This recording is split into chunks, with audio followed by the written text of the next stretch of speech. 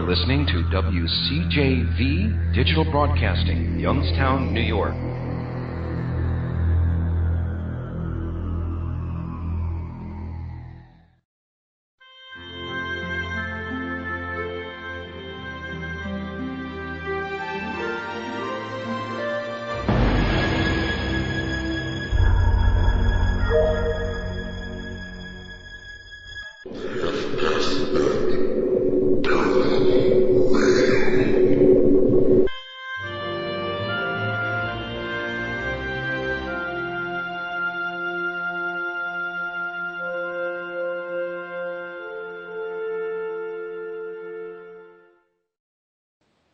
Hey everybody, welcome back to Southern Fried Paranormal Radio, Paranormal and Strange. We're brought to you live on WCJV Digital Broadcasting out of Youngstown, New York. My co-host Betsy Ann is sick tonight, and fortunately, my good buddy Frank Lee is going to stand in for her. Say hello, Frank. Roger, how you doing tonight? I am doing good. Cindy, our caller, is waiting to call in now, and the chat room is down. So, I don't know what to tell you about that. Anyway, we're waiting for Mr. Mark Schwartz to call in. He's our guest on the first part of the show tonight, and he's going to be talking to us about his project. Let me get over here, and I'll give you a little bit of bio info here. He is the CEO of TruthFunders.com. It's a brand new and technically powerful crowdfunding platform specifically designed to fund paranormal projects, such as films, books, research, expeditions, and inventions of the unknown. He has been a producer of online content, video production for over 14 years. His background includes producing, directing, writing, editing video, as well as developing content for marketing strategies across all aspects of social media spectrum in order to enhance targeted client visibility, and I think that's cool. Mark has produced everything from film, television commercials, and created social strategy for cable networks, technologies, automobiles, and authors. And the list just goes on and on. Cisco, Zynga, CBS, Fox, ABC, NBC, MTV, and Audi, to name a few. He was the senior producer at Rooftop Media, which was recently acquired by Amazon's subsidiary. Caller, you're online. Hey, Roger, how you doing? It's Mark Schwartz. Hey, Mark, how we doing? I'm doing good. How are you doing tonight? I am just awesome. I was just talking about you, sir, giving everybody kind of a rundown of all the stuff you're into. And our chat room is being a pain. It just disappeared on us. I don't know what happened with that. Anyway, I was going over some of the stuff here in your bio, and there's a lot of amazing stuff in here. Yeah, it's been a long, crazy life. I feel like I've lived a lot of years in just a short amount of time. Ain't that funny? That's how life is. Absolutely. It just gets shorter and shorter, too. I swear. You know, as the years go by, they get faster and faster and faster. And I understand that. You know, it's like the more you live, the more time you have. So, of course, things get shorter in our perspective. But, man, does life fly by. Yes, it does. And, you know, I'm starting to push a little further up there. You know, I reached the top of the hill, and I started down the other side. I've made a few steps down the other side.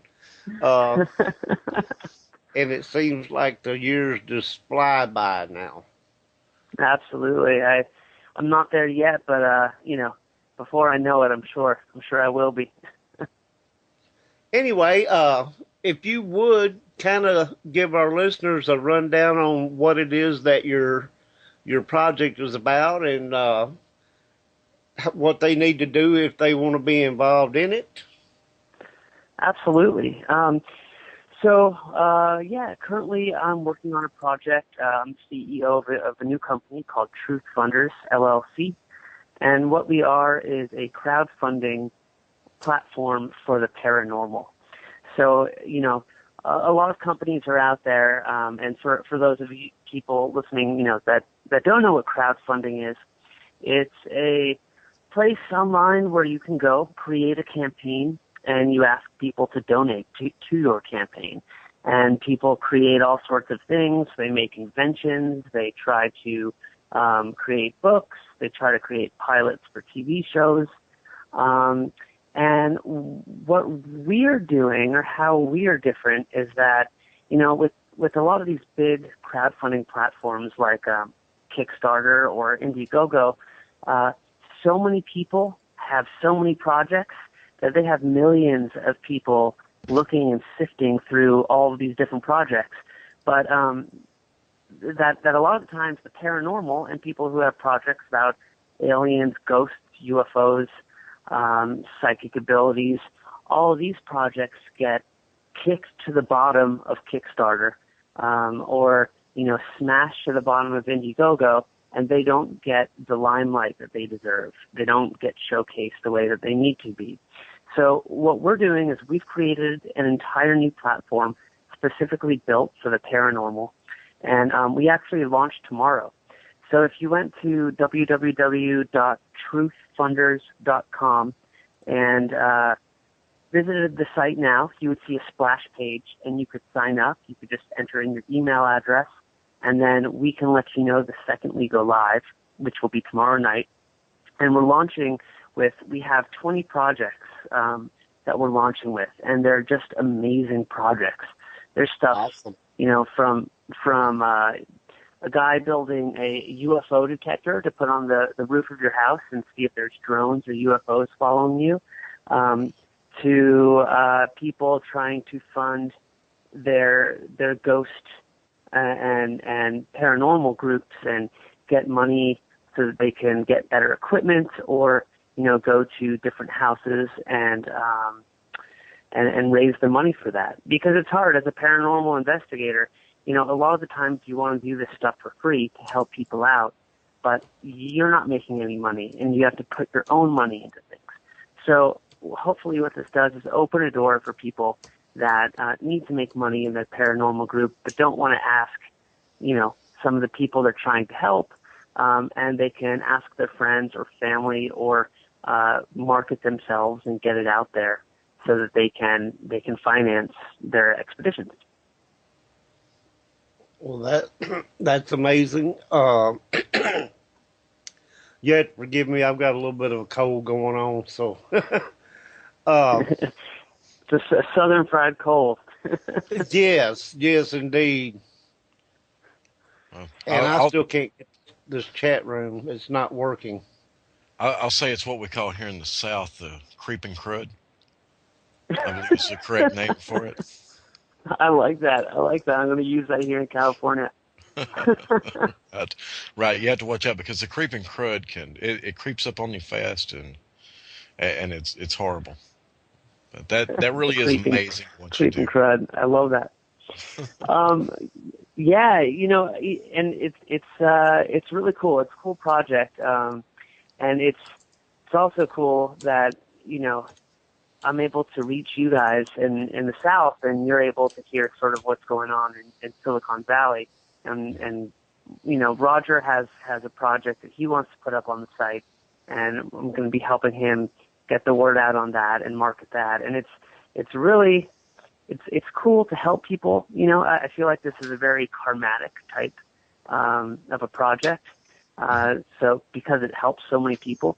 But I really want it to have people using it across the country, because there's a lot of ghosts, there's a lot of haunting, there's a lot of weird stuff going on, and we want to get down to the bottom of it. I agree. Well, something that, and Roger can tell you this, that we run into, especially in the South, and there's other areas of the country that have this. Certain areas of the country have fewer resources for paranormal help with cases.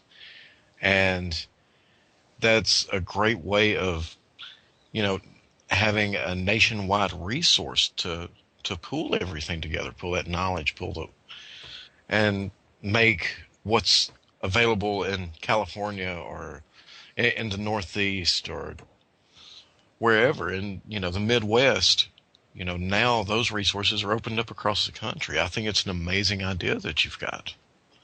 Oh, well, thank you. That's really kind. Yeah, it's a good place for content as well. So, for you guys to do your show, to take a look, if you took a look and saw the latest projects that were going on, it's something that you can also talk about on your show.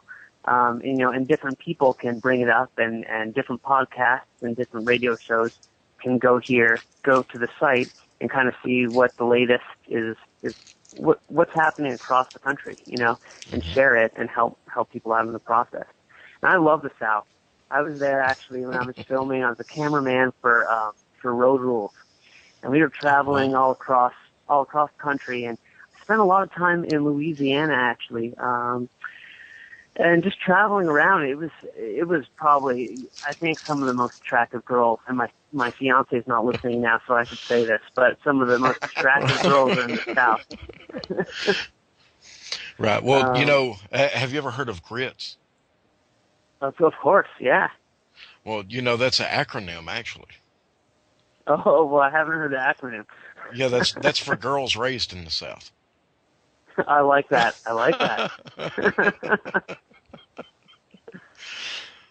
Now, Mark, if you agree to fund me for free, I won't tell your fiance what you said. She'll find out anyways. She always does. Yeah, I know. I'm bad. Yeah, it's great though, and I have to say, you guys. So I've been on a couple of different radio shows over the past week or two as we're getting closer to launch. It's really exciting. We're also going to be working with the Huffington Post Weird News, so they're going to be posting some of the stories and some of the content that we're going to be creating, or that other people will be creating, because it really is news. I mean, if there's someone doing an exorcism and wants to fund it, or someone needs funding for their own personal exorcism, I mean, that's great news. Right.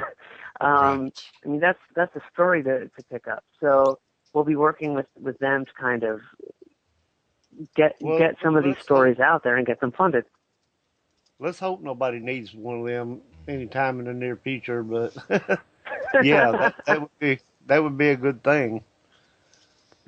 Yeah, and it's really great though, because you guys you're the first purely ghost paranormal show that I've been on. So I pop my cherry with you guys when it comes to the ghostly paranormal.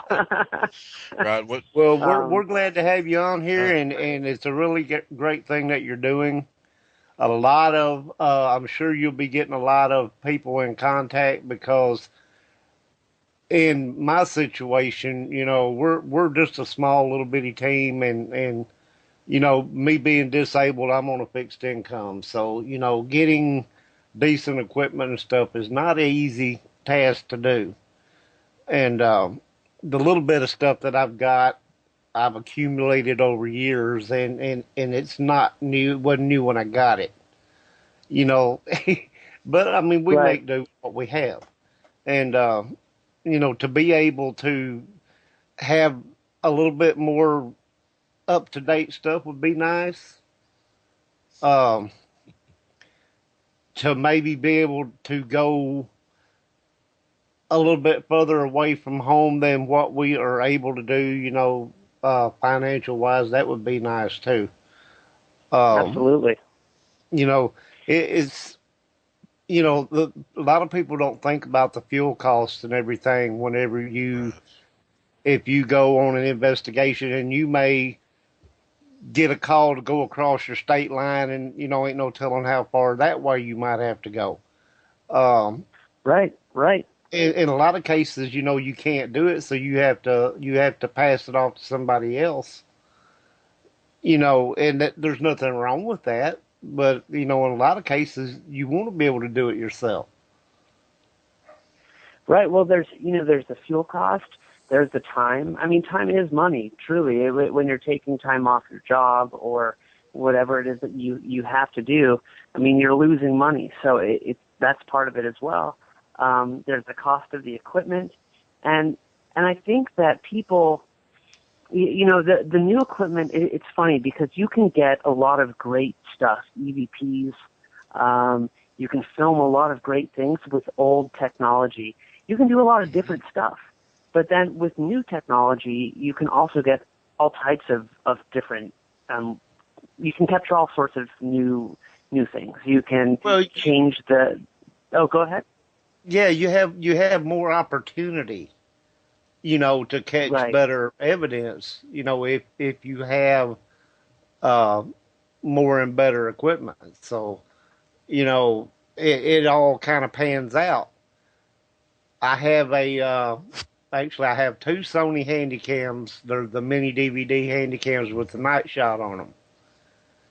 And I have the booster lights to run with them, which helps. But, they're not like they used to be. The original ones were really strong. Frank can tell you about that. Right.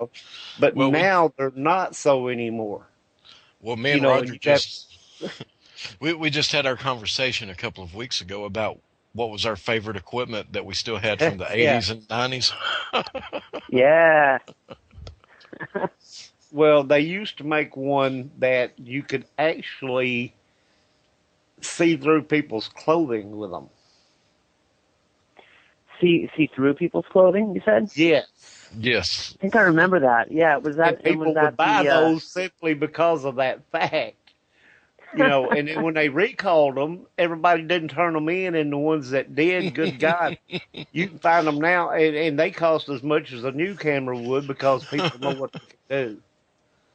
So, yeah, that's a little bit like out those there. X-ray specs that they used to sell in the back of Boys Life magazine. Exactly, and you have to warn your female investigators, look, don't dress in this certain clothing and wear white drawers because everybody's going to know you're wearing white drawers. So you have to. Well, and we were having that conversation not too long ago about how the infrared cameras, and all of your teams, or most of them, like those, those cool looking black T-shirts, and they're wearing all the dark clothing. Well, black, and without getting too deeply into the scientific side of it, we'll just say black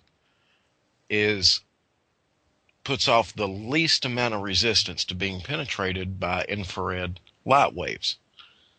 So the infrared light can go just about straight through it. And if they're wearing dark clothes with light-colored underwear, then it can show up on the infrared, and so that's and it's always funny. Something that you want to warn your investigators about in some situations, because what was the make and model of that camera again? I'm writing it down. I'm gonna go on Amazon later. Right. It's especially true. It seems to especially work like when you're in brighter conditions, and it's funny, there's, it's kind of one of those cases where the people you want to walk in front of that camera never do. It's you expect. Right. it's always the wrong person. Right. Just you don't want to see that. So is there have you guys, when you've been on investigations, is there any invention that you've ever thought about saying, oh man, it would be great if somebody created this or made this? Is there anything sort of different that you've come across or that you've thought up that would help in detecting ghosts or in capturing them, like, with cameras, or is there anything sort of like a unique invention or product that you ever wished you had? The template that you sent me, the story that was in there, I thought was amazing. I had never heard of that, and I thought that was just awesome. To enlighten everybody, it's about a guy that went into a store they went in to buy jackets, but he found a shirt in there that was designed back in the 90s, I think, to change color with temperatures and stuff. Yeah, so hypercolor shirts, right. Yeah, it would go like from a purple in colder temperatures to like a bright orange or whatever, And so we bought the shirt, and they were investigating the Winchester house. And when they got in there, there was a teammate, I guess, that mentioned that the temperature was dropping drastically in this one room. So they, him and this other guy, they went in there, and the guy had that shirt on. And the guy said, he was behind him, and as they were walking down this hallway or whatever into that area, handprints started showing up on this guy's back on this shirt where the color was changing. Right. Or the shirt was like a bright orange due to the temperature of the house, and like dark purple handprints were showing up on his back. And he said he was watching it happen, as it was happening. So they created this, it's like a 25 by 25 foot sheet of something or another that's got this stuff on it that's designed to do that. You're talking about the thermographic material? Yes. And you can like put it up on a wall or something in an area where you think activity's at and everything, and you could actually set a camera on this thing. I thought about that, to record it. And absolutely, if anything touches this, it's going to show up as a darker color on this sheet, and the camera would actually catch it live as it happened. That would be really interesting. Yeah, they were one of the first people when we put word out that we were creating Truth Funders. They were one of the first people that contacted us, and I thought that was just such a great idea. What a cool idea! And those hypercolor shirts, I remember them when they came out. I'm 34 now, so they came out when I was in junior high school. But everybody was wearing them. But I remember people stopped wearing them. They were really popular for a while, but then people realized that their armpits would get hot. And so the armpit area of the shirt would change color, or if people were sweating, in gym class, then all that would change color. And then the kids would get embarrassed about it. So slowly that became kind of not a cool thing to wear anymore. But that's why you stopped seeing them at the beach. Deodorant, you was in trouble. Right. And so, but yeah, I mean, what a great idea and obviously something like that, and coming up with an idea like that doesn't just, I mean, that's not something that I can imagine somebody making up until that actually happens, It's just it's such an out there story. But then, this team wants to create this, and I guess they've made one or two of these sheets, and they have a couple of different colors, and that'll be one of the projects that'll be available to fund when we launch tomorrow night. But I mean, that's just such a cool idea. They claim that they've seen faces, like sort of face looking images appear on it. They've seen hands appear on it, and they've even seen a couple of words or letters form on it. And that's really cool, especially the different. I mean, we never get to read temperatures. What we get from temperature is purely when you're out hunting ghosts, and I've only done it, once or twice. because I've had some weird weird stuff happen to me in my life. That I don't like to play around with the paranormal too much because it seems to follow me if I let it in. But well, yeah, I'm glad you brought that up because we're going to be doing a soft break here to do our call letters here in a few minutes. And after we do that, if you don't mind, I'd like you to enlighten us a little bit about some of these experiences that you were telling me about earlier. You got it. Yeah, I'll break them here. I haven't told anyone before. Well, I've told people, but not the world. So this will be fun. Well, all I want to say, and this is the show to do it on. So, well, all right. I just want to say this while we're talking about inventions and this funding. Let me put this announcement out here. There's a funding site available now. This resource is here. If you're listening to this show, take advantage of this. Ghostbusters came out 30 years ago, and we still don't have proton packs. Get to work, people. Or the Ecto Containment Center. And I want one. Right, me too. Now, Frank, if you and I get one of these things and we get together and do like we're planning on, we can't cross the streams. You know that, right? Right. That'd be the last time anybody ever seen either one of us. Would be fried. Egon, don't cross the streams. They would be bad. And I want one of them freaking hearses, too. Right. I just got, so Ghostbusters came out with the 25th anniversary, and which made me feel really old. But I went and I bought, they had special vinyl records that they were releasing. And there was one that glowed in the dark. And then they released another one that was this special edition. It was like $49.99. And the record and the case of the record are puffy, like the Stay Puft Marshmallow Man, and it actually smells like marshmallow. So yeah, I wasted my money and I went out and because I'm a big Ghostbusters fan, got this vinyl record. And now I'm afraid to open it because it's a collector's item, but exactly, I really want to open it and listen to it. Yeah. And I think they're supposed to be coming out with another Ghostbusters movie, if I'm not mistaken. I heard something about that. Well, I actually I seen a link the other day where you can actually call in. You send them a picture of yourself. You send the front and the sides and the back of your head to this company, and they will 3D print you on an image of with one of the Ghostbusters costumes. Wow. And the proton pack and the phaser and everything, and send it back to you, this little 3D sculpture. Awesome. And okay, y'all. That is great.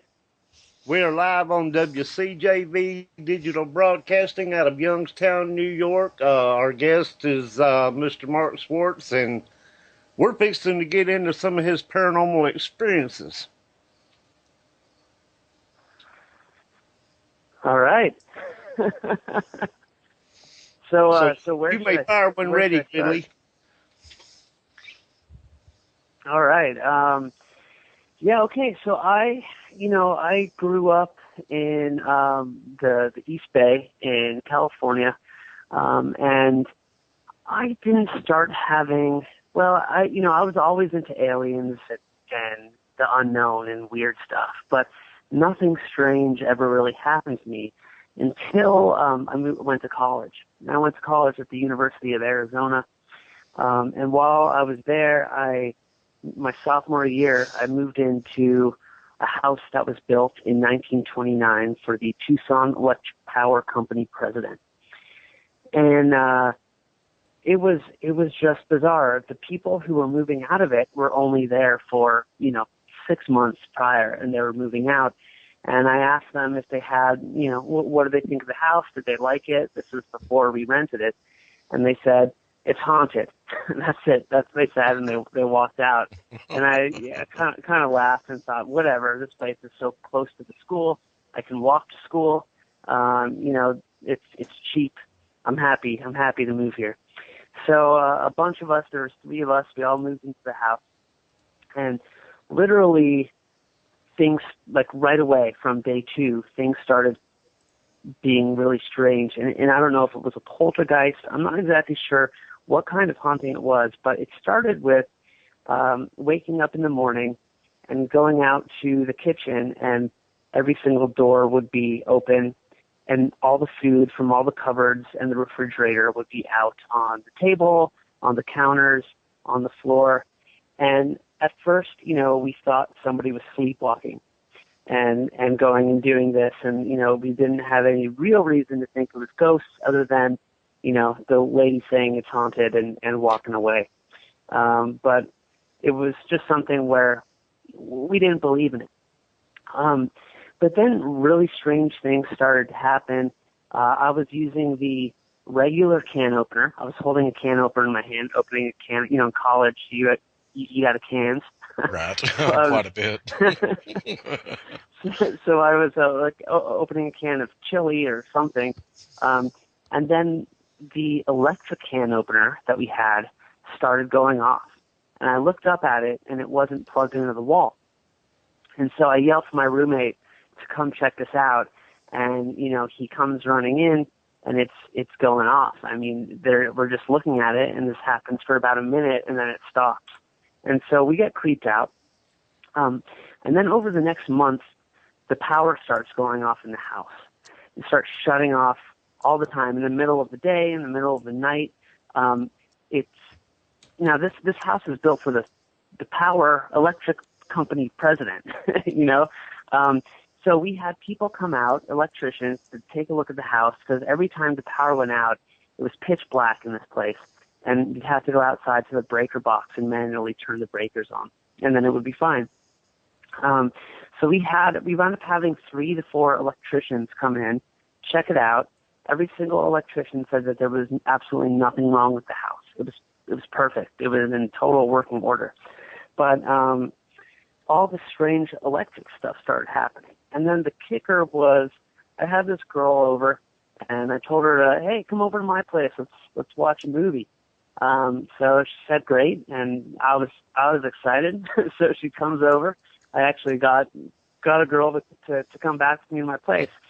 So you know, back then we had VHS tapes and not DVD players. So I bring her to the house, and of course we don't have cable because we're poor college students at the time, and put on the TV. And when I put on the TV, it's pure static. Shh, that's snow. Mm-hmm. Snow sound, you know. And then suddenly there's a crash on the other side of the house, and it sounds like dishes are falling and dishes are breaking. And she said, what was that? And I said, I don't know, but I swear to God, this house is haunted. And then suddenly, through the TV, through the static, it went, shh, no, shh, there's no ghosts here. Shh. And just to that, and I shut off the TV, and I looked at her, and I said, did you hear that? And she said, yes. And I said, what did that say? And she said, there's no ghosts here. And we both screamed. We just screamed and ran the heck out of that house, like as fast as we could. I didn't get any that day. You know, we just booked out of the house, and she refused to go back inside. So the ghost totally ruined my chances. But it was like, you know, there was just a lot of these things that kept happening in that house. And it got so bad that I decided I needed out, and I wouldn't live there anymore. It just kept piling up. I would go around filming things in the house. I filmed my friend, you know, just saying, hey, what's up? How you doing? He said, oh, not much. The next day I'm looking back at this video that I had filmed, and it was just EVP ridden. I mean, usually when you catch an EVP, you say, oh, what was that? It's a small little clip. You have it. There was literally the most crazy demonic sounds watching this video, just watching it straight. It was like there were these constant sounds happening throughout the entire video, and it really freaked us out, and you know, we stopped watching it. I still have that video to this day on a tape. But it was crazy because it wasn't just a little EVP. I mean, it was tons of stuff. It was like whatever was there did not like college students living in this house. And there's a lot of other stories that happen there, but I'll just sort of leave it at that and let you guys talk as I'm taking up all the time here. No, that's fine. You know, we love hearing stuff like this because, you know, that's what actually makes what we do interesting. You know, I couldn't help but think when you were talking about the, you know, both of y'all getting freaked out and, you know, it just bringing the whole night to a screeching halt, basically. When she came over. You know, me being a single guy out dating and everything, there is no better reaction than, you know, when you're out and you meet a woman and you tell her that, you know, you start talking about what do you do for a living and you tell her that you're a paranormal investigator. Some of the expressions you get. So do they go screaming and running at that point, or do they stay and like it? Well, every once in a while you'll meet one that's like, oh, well, that's really cool. But yeah, can I go? Right. Yeah, usually it's usually it's not that. Usually it's you would think that you just told them that, you know, well, I'm a serial killer and I sell shotguns out of my garage. That type of reaction, but yeah, it's entertaining. And I've had a few experiences myself similar to that, and it's you can't help but think in that kind of situation, you know, why? Well, and there's another aspect of it, see, that you don't think about, but if you were in a haunted situation like that and you have a lady friend with you, they kind of tend to want to snuggle a little closer when they get scared. Right. Unless you scream higher than they do and are running out ahead of them and pushing them out of the way. Right. Oh, that's bad, dude. Right. I mean, that just kills any guy points that you've worked to accumulate all night. They're just going. Exactly. All cool guy points are gone. Right. Yeah, but, especially when you go shoving her out of the way, going men and cowards first.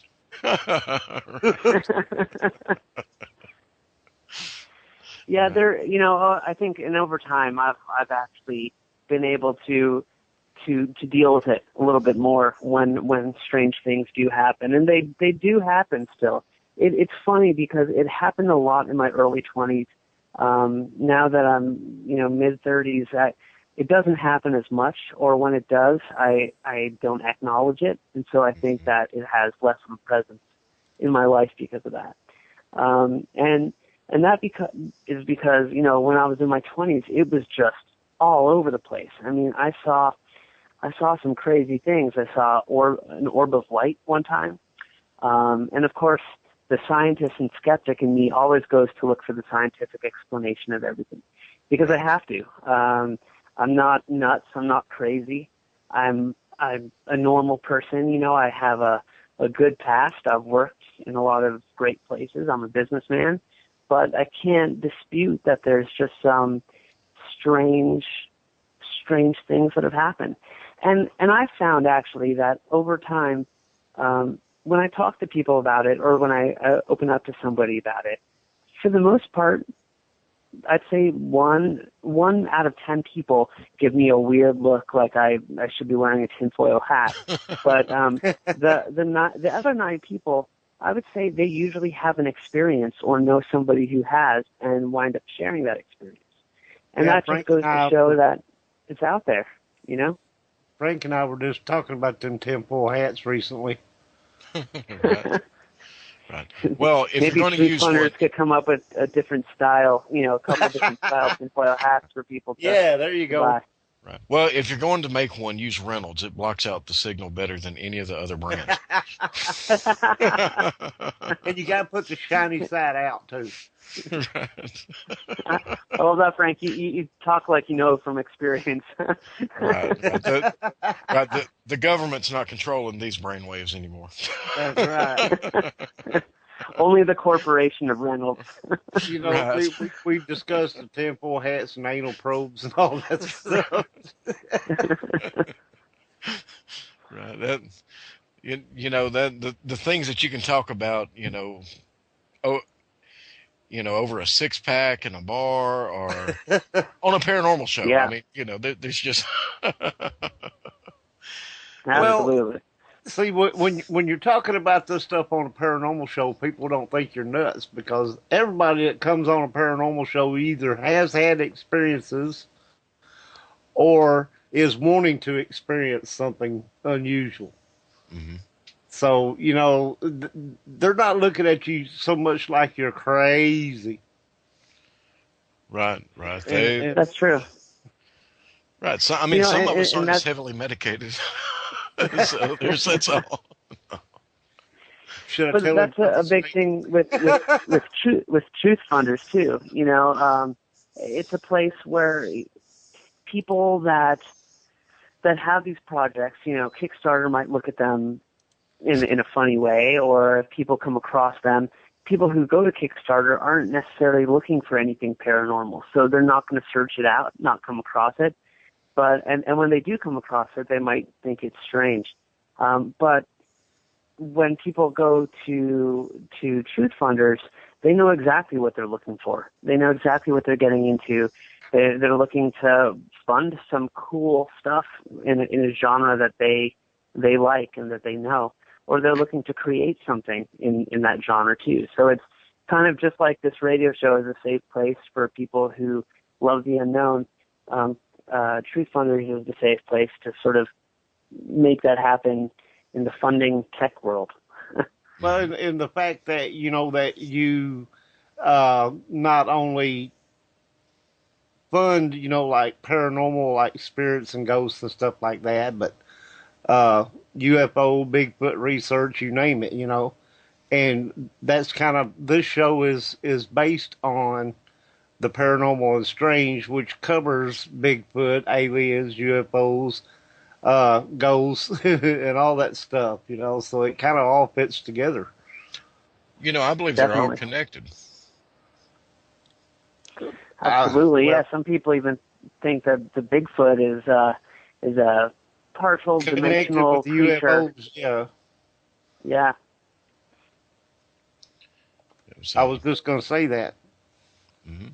Yeah, there are many people who feel that Bigfoot is not a, there's many who believe that Bigfoot is some form of primate, but there's quite a few that believe that Bigfoot is either an interdimensional, interplanetary, or a paranormal being.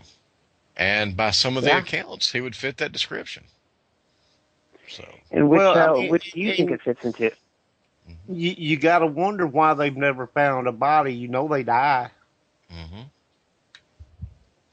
One of the strangest accounts of a Bigfoot sighting I've ever heard was I was speaking with a friend of mine just last night, as a matter of fact, who was telling me about someone he had talked to who had a first-hand account that described seeing one reach down and pull another Bigfoot seemingly out of the ground. And then they both ran away. But there were no marks, no holes, no nothing in the ground. So, very strange. That is, that's an interesting story for sure. Mm-hmm.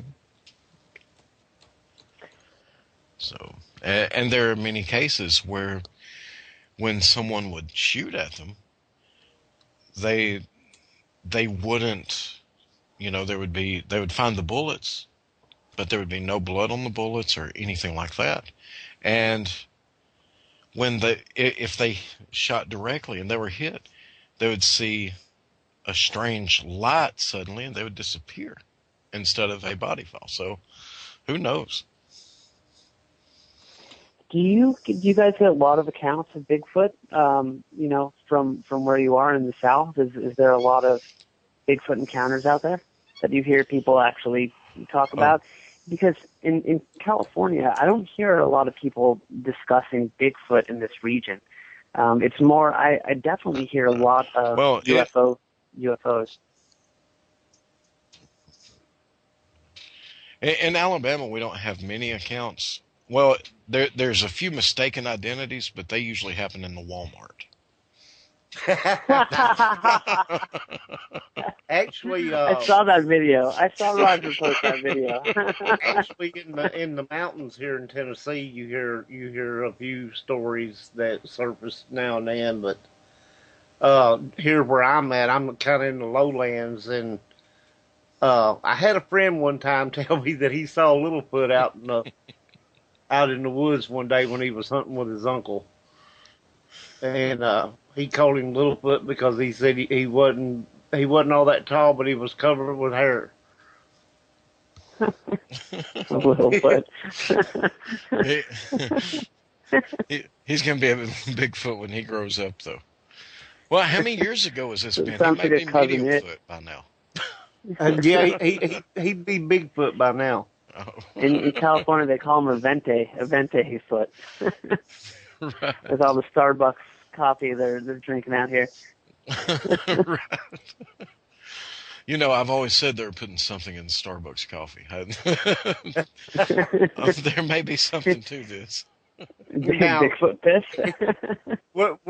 I got to tell this story, okay, because we're talking about Bigfoot and all that stuff. My brother told me one time he was watching some show, and it was talking about this woman that claimed that she saw Bigfoot. Said, yes, said he came up and knocked on my door one night, said he was looking for garlic. And she said, she told him that all she had was powdered garlic. Would that do? No.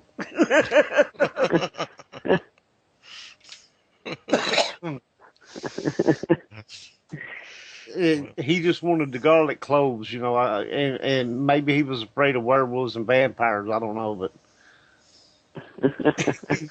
my ex-girlfriend was obsessed with garlic.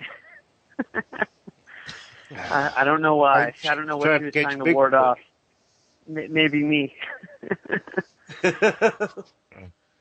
You know, if Bigfoot liked garlic, maybe she was trying to catch Bigfoot. Who knows? Well, at least it's safe to say that she wasn't a vampire. Right. So. Or a werewolf. Well, not a werewolf. She'd had to have a silver bullet. More of a succubus, I'd say. Right. Like, honey, could you buy me a gun with a silver bullet? And, oh, by the way, I need a necklace of garlic cloves, too. Can you imagine? That would be the love of my life, actually. What am I talking about? I think that's all of us. Any woman that wants a gun with a silver bullet and wear garlic is pretty cool in my book. There you go.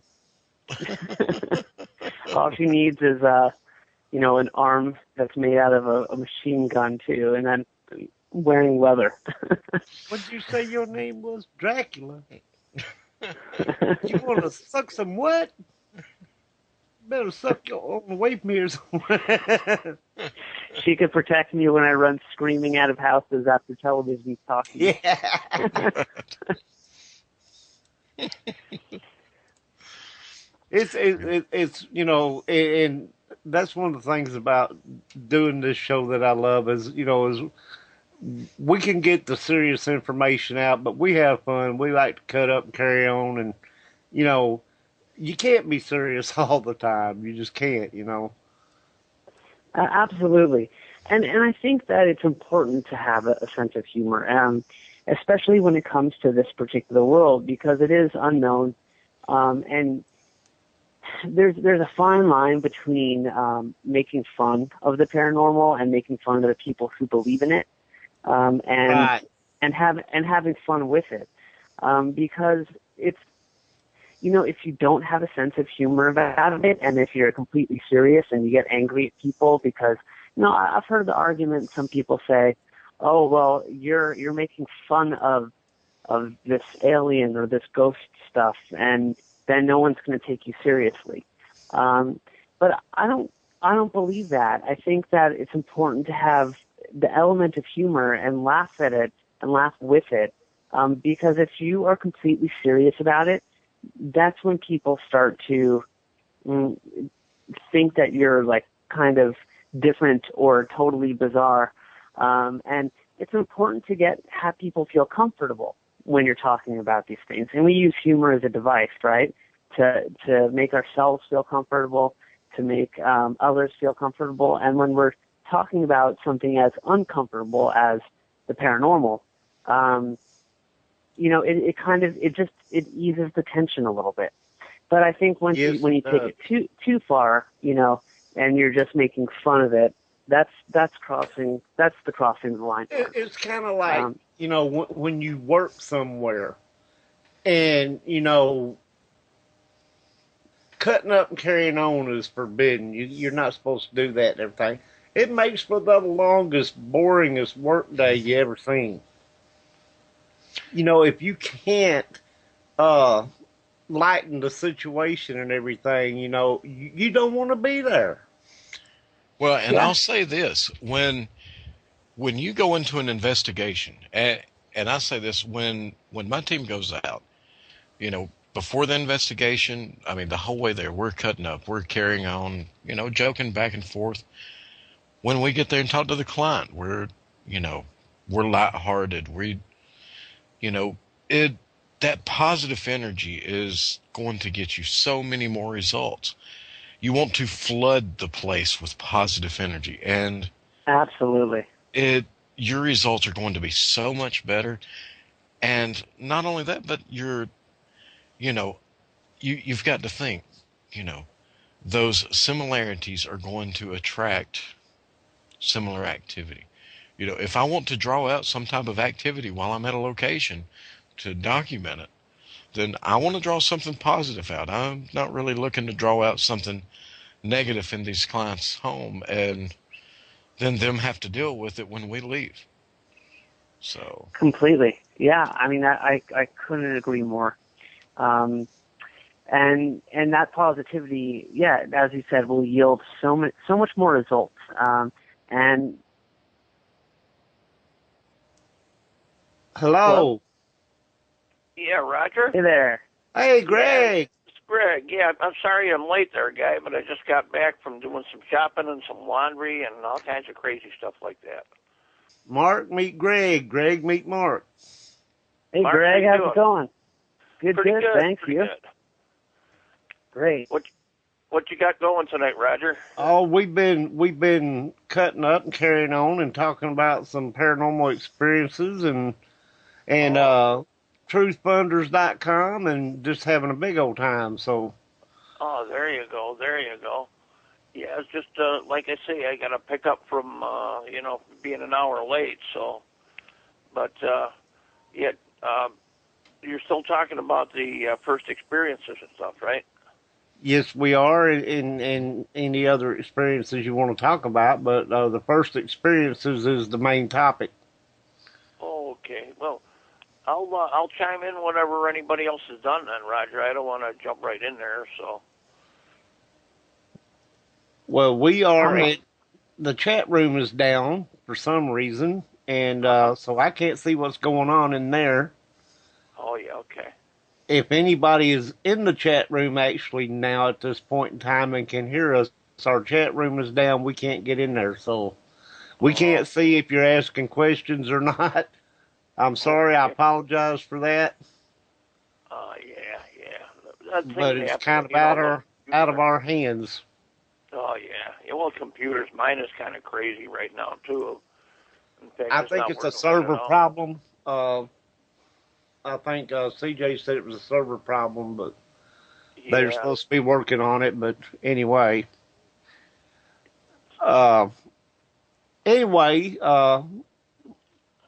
Mark, do you have like any other good experiences that you had while you were there? Besides, I love the TV thing. That was awesome. Oh, is it? Okay. Let me see if I can get in the chat room now then. And what's the URL for the chat room? Okay, we're here. Good. Awesome. All right. Yes. Good deal. Man, H.G. Wells was here. Dadgummit, I missed that. Okay. But if you have another good experience like that one, lay it on us real quick. All right, great. Yeah, I got one more I could lay on you, and then I'll let you guys go. Let's see. So I was living in, or I decided to get out of the house. You know, as I said earlier, it was a little much for me. And so I couldn't get out of my lease. That was the hard part. And so the only way I could do that was to, there was a clause in the lease, just because it was a, college type, rental. And so I found out if I studied abroad, and I'm not talking about a woman, but studied far away, then I could get out and I could sublet my room to somebody else. So I did. I wound up going to England for 6 months and finishing up my semester in college over in England. And so while I was on the plane over there, I looked out the window, and I had a few beers, but I opened it and I see this orb, this ball of light that was right outside the window. And I think, oh man, maybe I had one too many. What is that? That's crazy. And the woman sitting right behind me says, "Do you see that?" And I said, "You see that too?" And she said, "Yeah." And so, we're both staring at this thing, and it really hit home or freaked me out. A month prior to that, a really good family friend of mine had passed away. And so I've been thinking a lot about that, and I felt like maybe it was the presence of that person. There was just, for some reason, that popped into my head. But I thought, you know what, when I get to where I'm going, when I land in London and get situated, I'm going to go online, and I'm going to figure out sort of the scientific stuff for this, because, this too much creepy stuff has happened. It's not following me to London, no way. I came all these miles to get away from it. So I go online and I'm researching a bunch of things, and I find out that there is this scientific explanation, is that if enough static energy is built up in the air, it can produce these orbs of light called ball lightning, which is, like lightning balls, but they're round and small. The thing is, it's complete rarity for anybody to see it. It's like one in several million people will ever see it in their lifetime. So I felt kind of honored in some way, like, gee, I saw something totally unique that nobody else sees. It wasn't a spirit at all. It was just strange lightning ball. So onwards and upwards, that's what I tell myself. So I get situated in my room in London, and I'm, kind of feeling things out, getting to know people, meet people, all that. And I go into the lobby of this place, and I see this gorgeous girl. She just like hits me from afar. I see her, and she's looking at a bunch of pamphlets. And I walk right up to her, and I start talking to her. And before I know it, I get the courage to ask her out. We wind up going out to one of these local pubs and having a couple of drinks.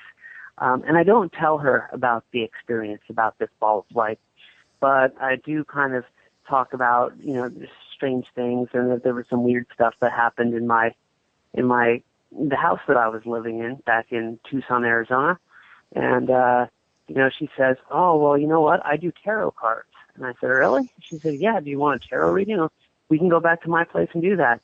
And I just think, "Oh, we can go back to your place." Yeah, let's do that. I don't, I couldn't care about the tarot cards. I was just like, yes. So we go there, and I'm sitting on the bed. Hey, you guys, I gotta give the call letters. We're going on break here. We're live on WCJV Digital Broadcasting out of Youngstown, New York. We will be back in a little bit. Don't nobody go away.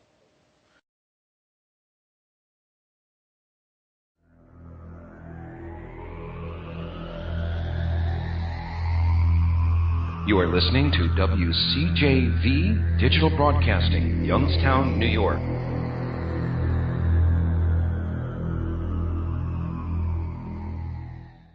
Go for a little ride. Now you can share the topics that drive the discussions of your favorite talk shows with TalkStream Live's topic-driven talk radio. We gotta talk. Let's take a drive. List and promote real-time talk radio topics, or post the topics that you want to hear.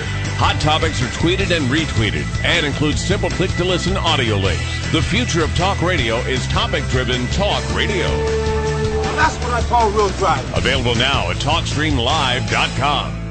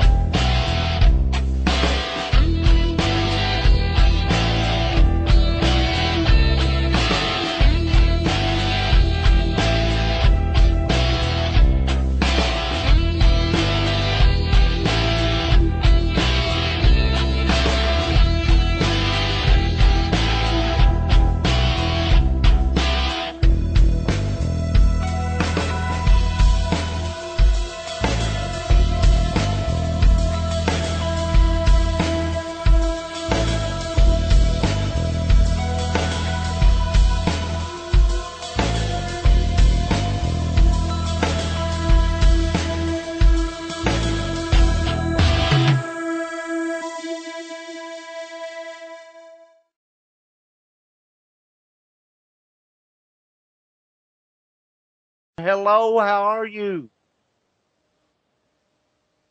Awesome.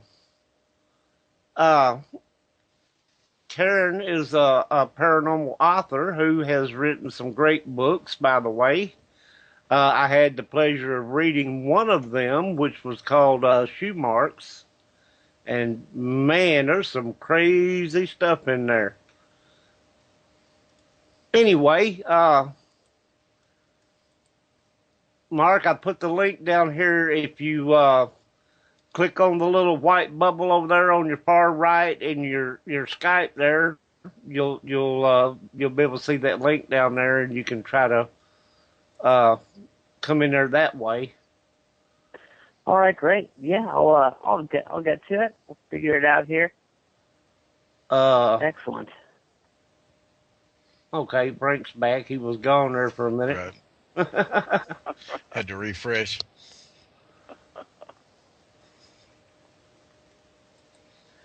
Uh, Bunker Bumble. Boy, you gotta love some of these names. Hello, Bunker Bumble.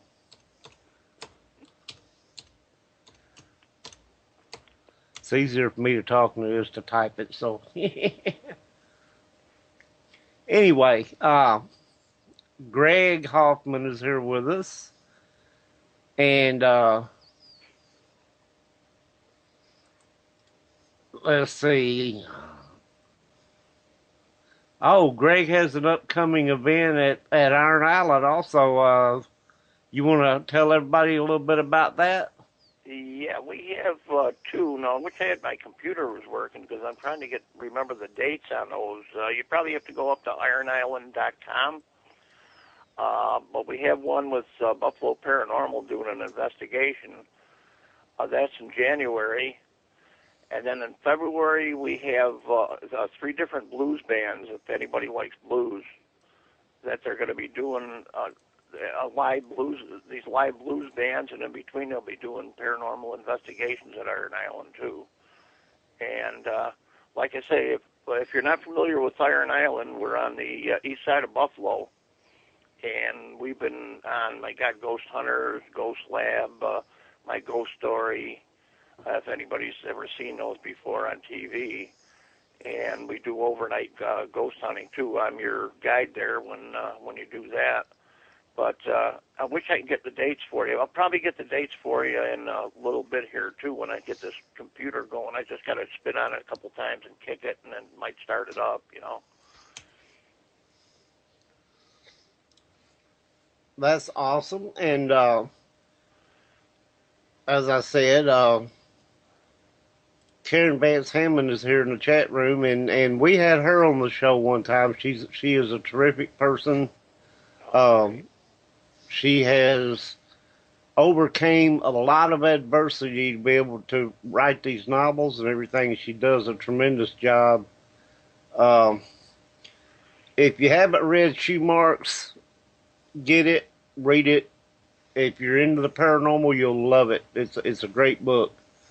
And there's another one, Secrets in the Shallows, I haven't read yet, and that one is a fiction book. The Shoe Marks book is based on a true story, by the way.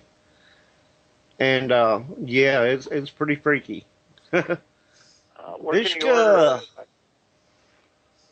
Can you just order from Amazon or something? Or probably. She said she will be right back. When she comes back in here, we can find out. Yeah, I'm pretty. But I'm pretty sure you probably can. Yeah, it does sound pretty good, Roger. So.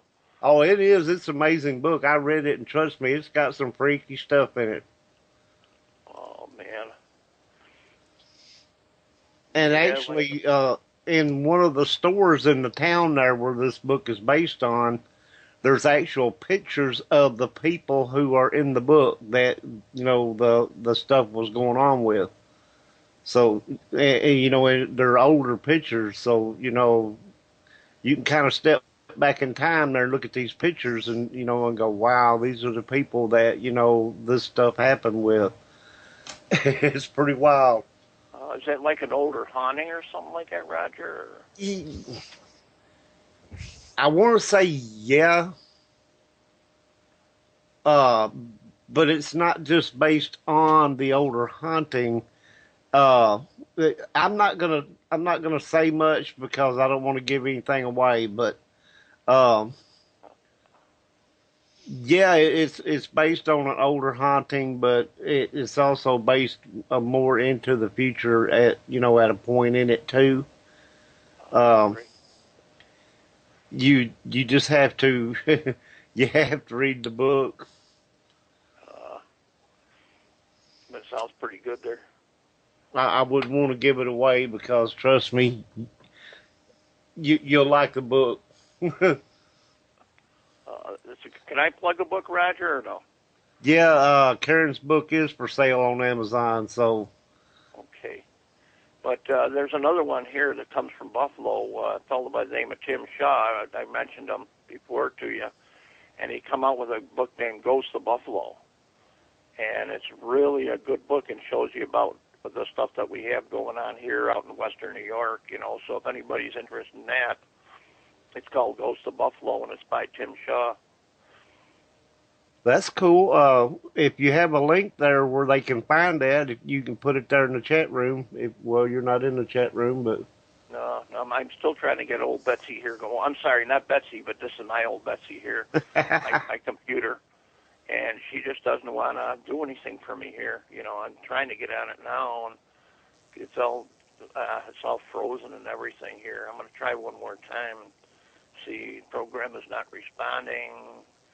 Well, maybe I'll end it now and go back in again. Who is Chinook? Chinook. Yeah. Oh, no. Chinook. I'll get myself in trouble here. Remind me of a cartoon. Thou mouth Chinook.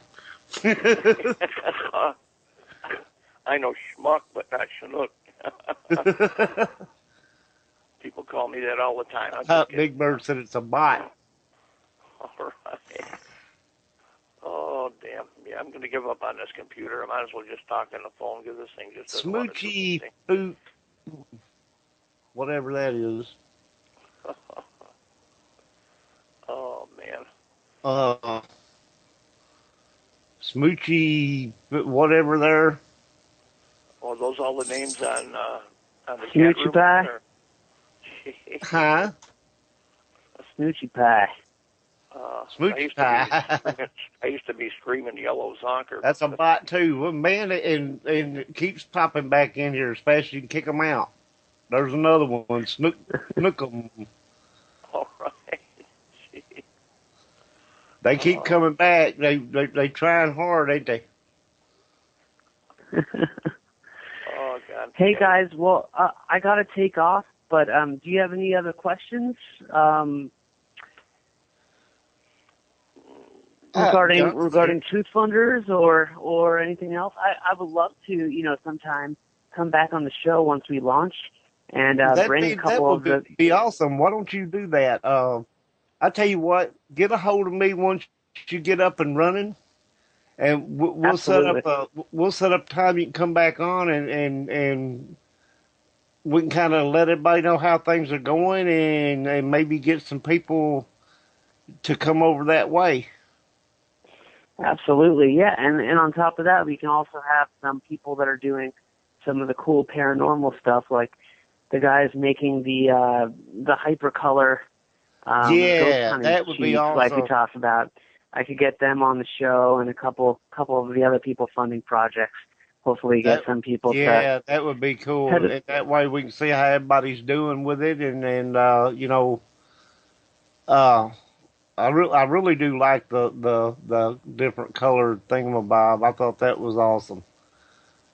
Absolutely. Well, all right. Hey, thank you so much, Roger. I don't know if Frank's still there, but good talking with both y'all. Oh, same here. And then, I'm happy to come back anytime. You guys just let me know. Awesome, man. Well, we're glad you came, and we will catch up with you, or I will, a little bit later after you get rolling and see how everything's going. Sounds good. Okay, right. everybody. Take care, you guys. Truthfunders.com. Go check them out. Right. Yeah, and currently I'll also just give a shout out to about this. We're running our beta program right now. So once we launch tomorrow, if there's a project that you want to get funded, go ahead and sign up at truthfunders.com, and we'll contact you about it and help you. And what we will do, because you're helping us by being one of the first projects, is we'll go ahead and do all the technical work for you and just get the information from you, and then do all the techno babble stuff on our side, and also do our marketing. So we're going to be on Huffington Post, Jimmy Church Radio, a whole bunch of other shows. So we'll get the word out for you and your project. Thank you, so sir. That's it. You got it. And I'll talk to you guys soon. Have a good night. All right, man. Take it easy. Good night. All right. Take care. Hello, Johnny. I saw you there. I was kind of busy there in conversation, but I saw you there.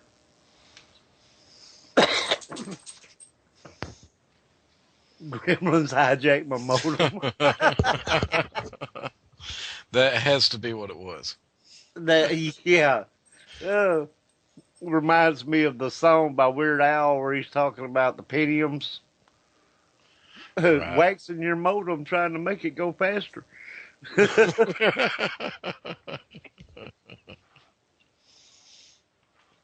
Mustard Seed's back. Big Bird's here. Johnny's here. Cheryl's here. Smoochy, whoever that is here. And Smoochy Pie is back again. You know, considering the problems that we had at the beginning of the show with the chat and everything, I believe this show needs to be, you know, the main sponsor is going to be Gremlins. Yeah. So tonight's show brought to you by Gremlins. Smoochy Pie and Snooky Dip, whatever that is. Either say hello or say goodbye.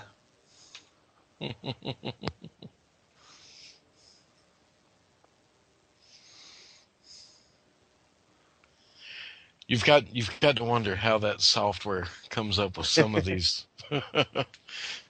names.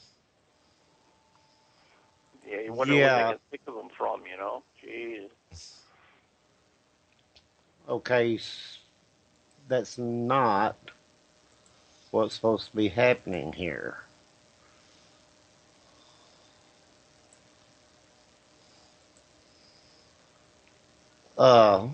Smoochy Lips. Who is Smoochy Lips?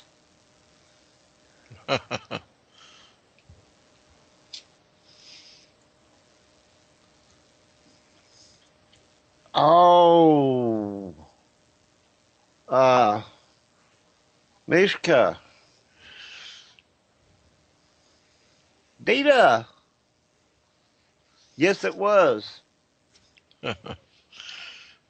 Yeah, we were all having trouble getting in here.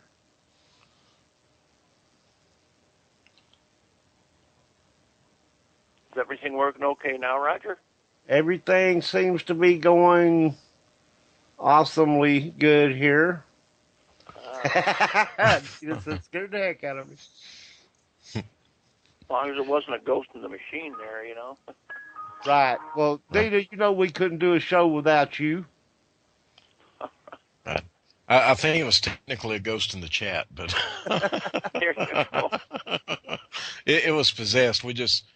I poured holy water on my keyboard until the computer shut down. It started smoking and going all crazy, didn't it? Right. Yeah. I wonder if that's why it booted me just a few minutes ago. Watch out. Right. I'm just trying to get my old computer going here, too, and I almost got it. Come on, here. Let's see. Okay, shut down, and I start up, and I go back in again. That's a crazy thing here. Yeah, Dita, you know, having a show without you is like having a hamburger without cheese. You know what I'm saying?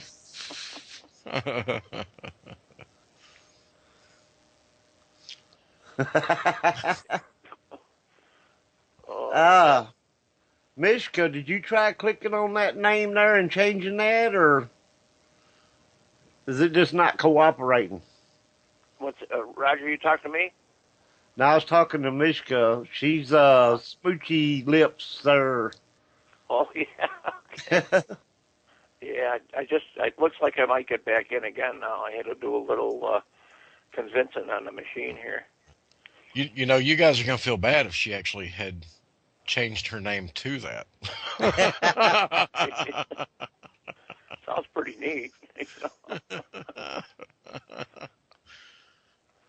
Karen, I've been plugging your book there, you know, during your absence, and everybody was wanting to know if it was available on Amazon.com. It is, if I'm not mistaken, right?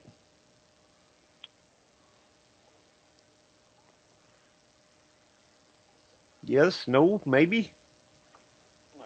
She didn't take off. Poochie Dumpling. All right. Boy, yes it is. Okay. So everybody, check out Karen's book, Shoe Marks, on Amazon.com, and trust me, you will not be disappointed. That thing is creepy real. Oh, okay, great. She's going She's going to get the link and put it up. That's cool. Okay. Yeah, I thought you'd be getting out of there, freaking bots, I'm telling you. There's a lag from when we hear you. We are not ignoring you. Okay. What is up with it? Well, for the record, Roger, there's not really a lag from when I'm hearing you. I'm just kind of slow. You can just bear with me, though. Have to. Well, hang on, guys. My cat just knocked something off. Okay, I don't know why I would be lagging. No, come on, be a good girl. Probably servers. Skype is probably being just a royal pain. At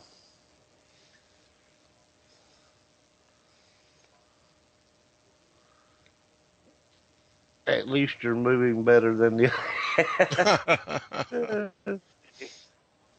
Okay, there's the link for Shoe Marks, and like I said, it's really an awesome book. You guys will love it. I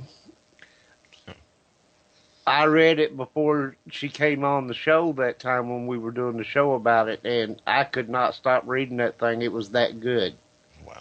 Wow. And for me, that says a lot because I'm not a big reader because something has to hold my attention like that, or I will skip through it. Right. And that one, I did not skip through it. I just kept reading it, kept reading it, kept reading it. It was that good. And so, yeah, check it out. You guys will love it. Okay, CJ said I'm lagging. I don't know why I'm lagging. I didn't start out lagging, I don't think. You tired tonight, Roger, or something, or what? No, it's. Oh, go ahead. It's not me lagging. It's. Oh, I was gonna say. You're funny. I guess that you're mean to Roger. You're mean to him, You're such a pal. Oh, God. You're welcome, Karen, and I loved it. So I'm not just doing you a favor. I'm really telling people it's a really great book. I think they'll really like it.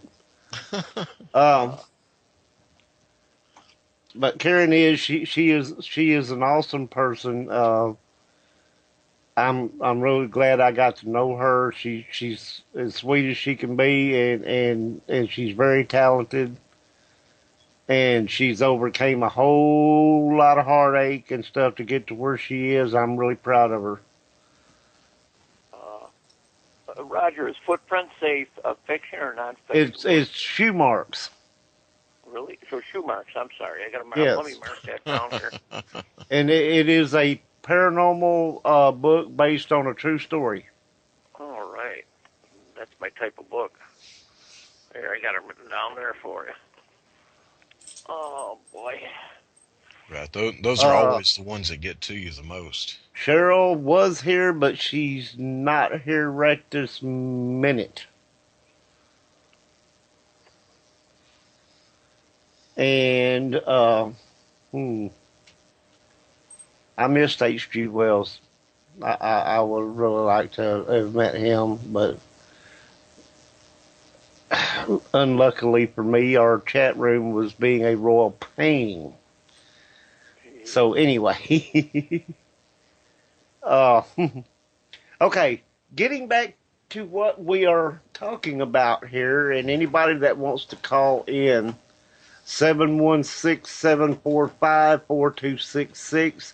We are talking about the paranormal experience that got you interested in the paranormal. People talk about all kind of things that happen from the time they were 3 or 4 years old. I want to know, or we want to know, what the most freaky, frightening experience that you had that actually made you say, hey, I want to know why this happened, or I want to investigate things like this. What was the number one thing that got you into the paranormal? Like I said, 716-745-4266. Call in, give us your story. Mm-hmm. Okay, caller, you're online. Hi. I just wanted to know, Roger, what's your scary story? I was born. No, really, seriously. For me, it was walking past my neighbor's dead mother 2 weeks after she died on the sidewalk. Mm-hmm. I was 9 years old, and it Wow. scared the living daylights out of me. Wow. You know, and then, of course, I grew up with it being beat in my head that there's no such things as ghosts, but I never forgot that. So when I got grown and older, I decided I wanted to find out why. Number one, why is it that everybody wants to hide the fact that spirits exist? You know, there's different reasons, I guess, but you know, if a lot of people in the Christian faith, you know, will say, well, you're not supposed to dabble in that kind of stuff, you know, because the Bible says you're not supposed to. If you're not supposed to, why are they going to show themselves to you? Right.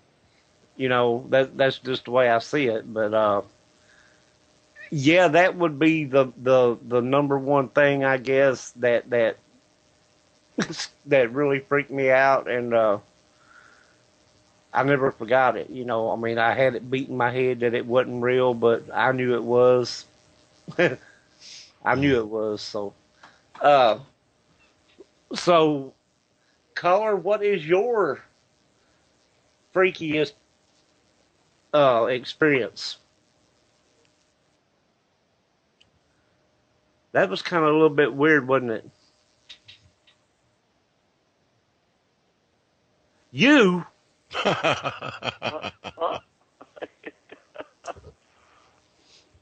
Well, just for that, you'll get yours, Black Bart. Be nice, Cindy. Be nice.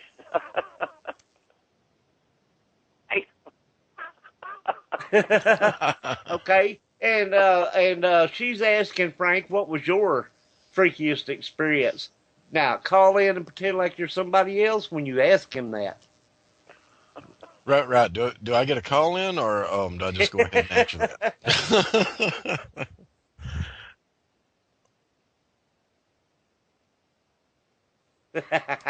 Oh, okay. Well, since yeah. Now I see it, so I'll go ahead and answer it. I won't make you do all that.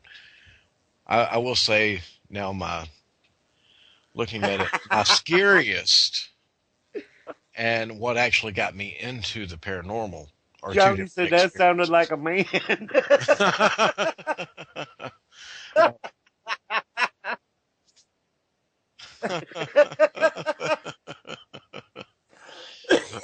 That made my night right there. but yeah, it. But yeah, my scariest and what actually got me into the paranormal would be two different experiences. Now, what actually got me into the paranormal is when I was 6 years old, I was going in to have eye surgery, and I didn't realize it at the time. This was, you know,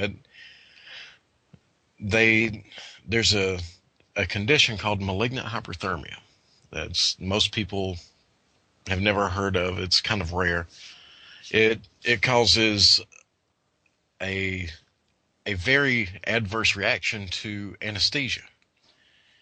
Well, I found out the hard way that I have that, because when they administered the anesthesia to do the eye surgery, I immediately went into cardiac arrest and my heart stopped.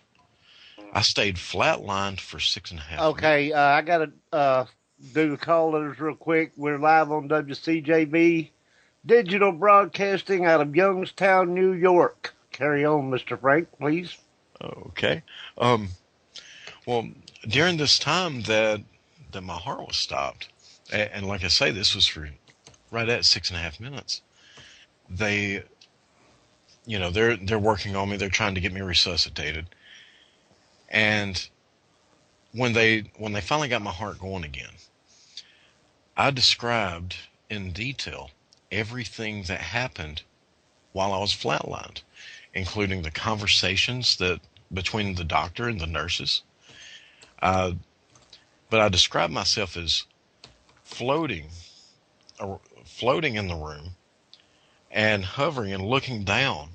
And then I said that I had flown out the window but then came back in. And I described there being more people in there that should have been. That there were people in there in older clothes that didn't belong in that time. And yes, Dee, I say that about the brain damage. That explains so much about me, actually. The people that I seen in there didn't, they didn't fit the time period, and they were unaccounted for. But I recalled one part of the conversation between the doctor and the head nurse was, he had resuscitated me 3 times already, and my heart didn't start. And that nurse, he was ready to call it. And that nurse basically begged the doctor. She's telling him, look, he's 6 years old. He's here for a simple operation. His family's out there. Look, just please try one more time. And I recalled this. And she told the doctor, she said, please, just one more time. So the doctor said, okay. And sure enough, on that 4th time is when my heart started again. And then, of course, after that, when I came to and I'm telling everyone about my experience, that, they're just in complete shock. The doctors are baffled because they can't explain, with me being flatlined, how I'd seen what was going on, heard this, that didn't add up. Well, that, that really sparked my interest. That, from such an early age, it's like, yes, there is definitely something out there. There is something that happens after we die. And that definitely made me want to study and learn all that I could. So as I got a little bit older into my teenage years, I started reading every book I could. I was watching every TV show that came on. And, the more that I got into it and learned, the more I wanted to know. And it went from just near-death experiences to ghosts, to, unexplained mysteries, to UFOs, to things like energy lines, to parapsychology, UFOs, just anything unknown. I was just fascinated by it, and that really drove me. And, it made me really want to help other people. And that kind of brought me to where I am today. And to answer Karen, no, I didn't see the white light. I kind of stayed in the operating room. And I've always wondered about that. I've always wondered, why didn't I see that white light? And, that was something that bothered me. And I had somebody that I talked to who had a similar near-death experience, but they did see the white light. Talked about seeing a loved one when they went through it. And then coming back, they told me that it was just blatantly not my time. It was the answer they gave me. But I believe that everything happens for a reason. And I don't know, maybe me having that experience was supposed to put me where I am today. But I'm a firm believer that because of that, I think that people who have near-death experiences are more prone to experience paranormal activity. When we go on paranormal investigations, many times when we capture EVPs or if we get a photo anomaly or a video anomaly, it seems like it's almost always close to me. And even in personal life, when, nothing paranormal related is going on, it's so funny. Earlier, we were talking about the dates and the TV coming on and, all of that. And, he had the girl that came over to the apartment get scared and run out. That I was sitting here thinking, I went on a date here just several weeks ago, and we're sitting there at the woman that I was on a date with. We went back to her house, and she was telling me that she had a little bit of activity go on. And it seems like if I go to a place that's haunted, it's like for some reason, and I've always been told that it was because of my near-death experience, that I was like a magnet. Well, we fix some dinner, we eat, we're sitting there in her living room, and all of a sudden her TV comes on for nothing. And it's just like everything is so much more active the whole time I'm there. And it's like freaking her out and everything. And she said for like 2 days after I'd left that everything was ramped up. But it's like the communication when we go places. It seems like they're always more open to talk to me. It just amazes me. And other people that I've talked to that have had near-death experiences always give me similar answers when I ask them if they have these same type experiences. So that's something I've always been fascinated with. But That is awesome. Now, you told us about that. That is the event that actually got you into it. Mm-hmm. But what was your freakiest or scariest experience that you've ever had? My scariest would be, this was back in 2006. I was investigating with a team that they covered Northern Virginia and the D.C. area. And I was stationed up there with the Army. And we were investigating this house that they were having poltergeist type activity. And they had been seeing the black masses, and they were having the objects move. They were hearing disembodied voices.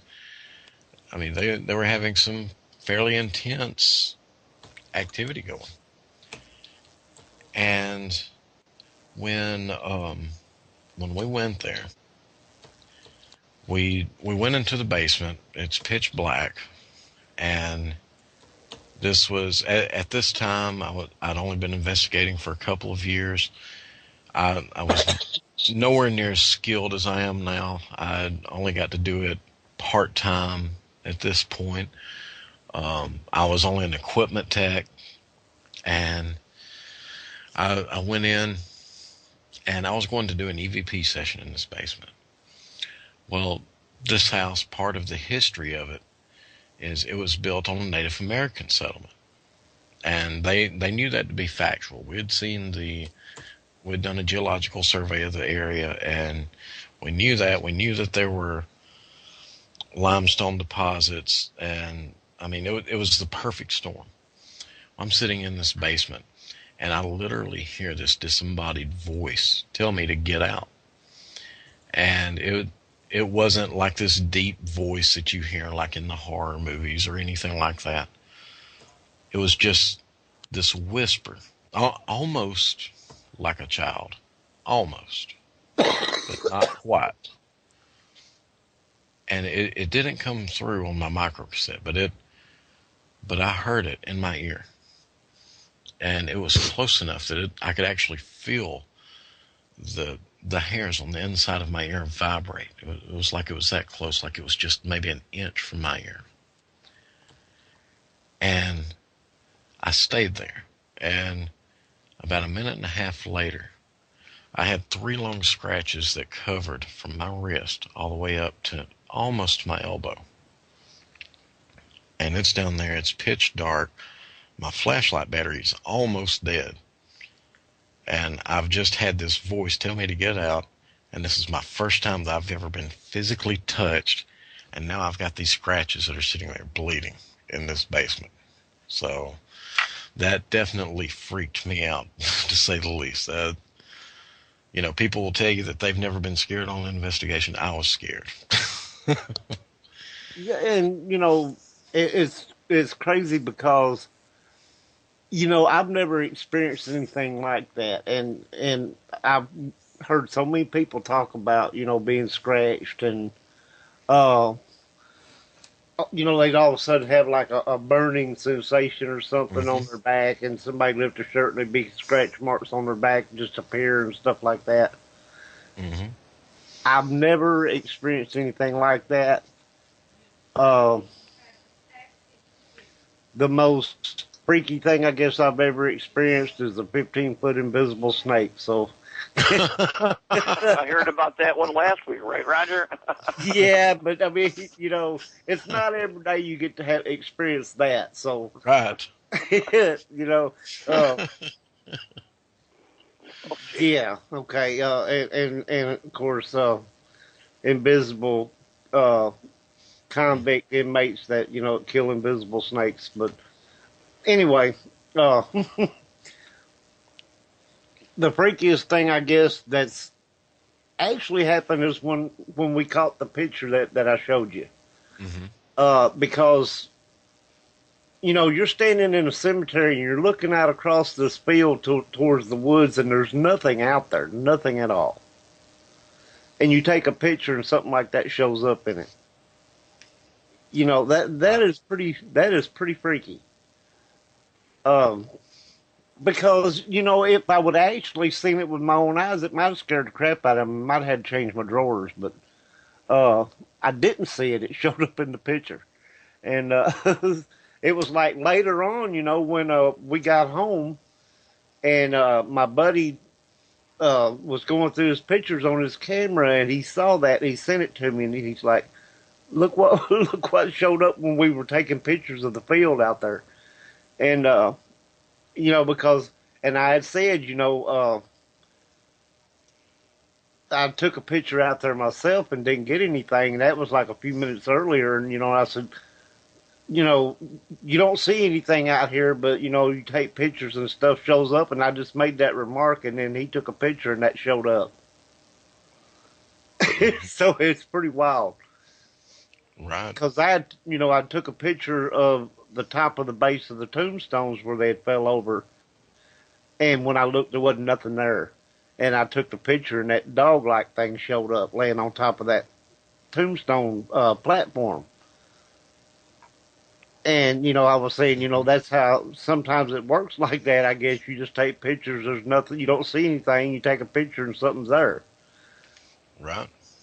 And I took a picture across that field in the same direction, and nothing showed up. And he took one a few minutes later after I said that, and that showed up.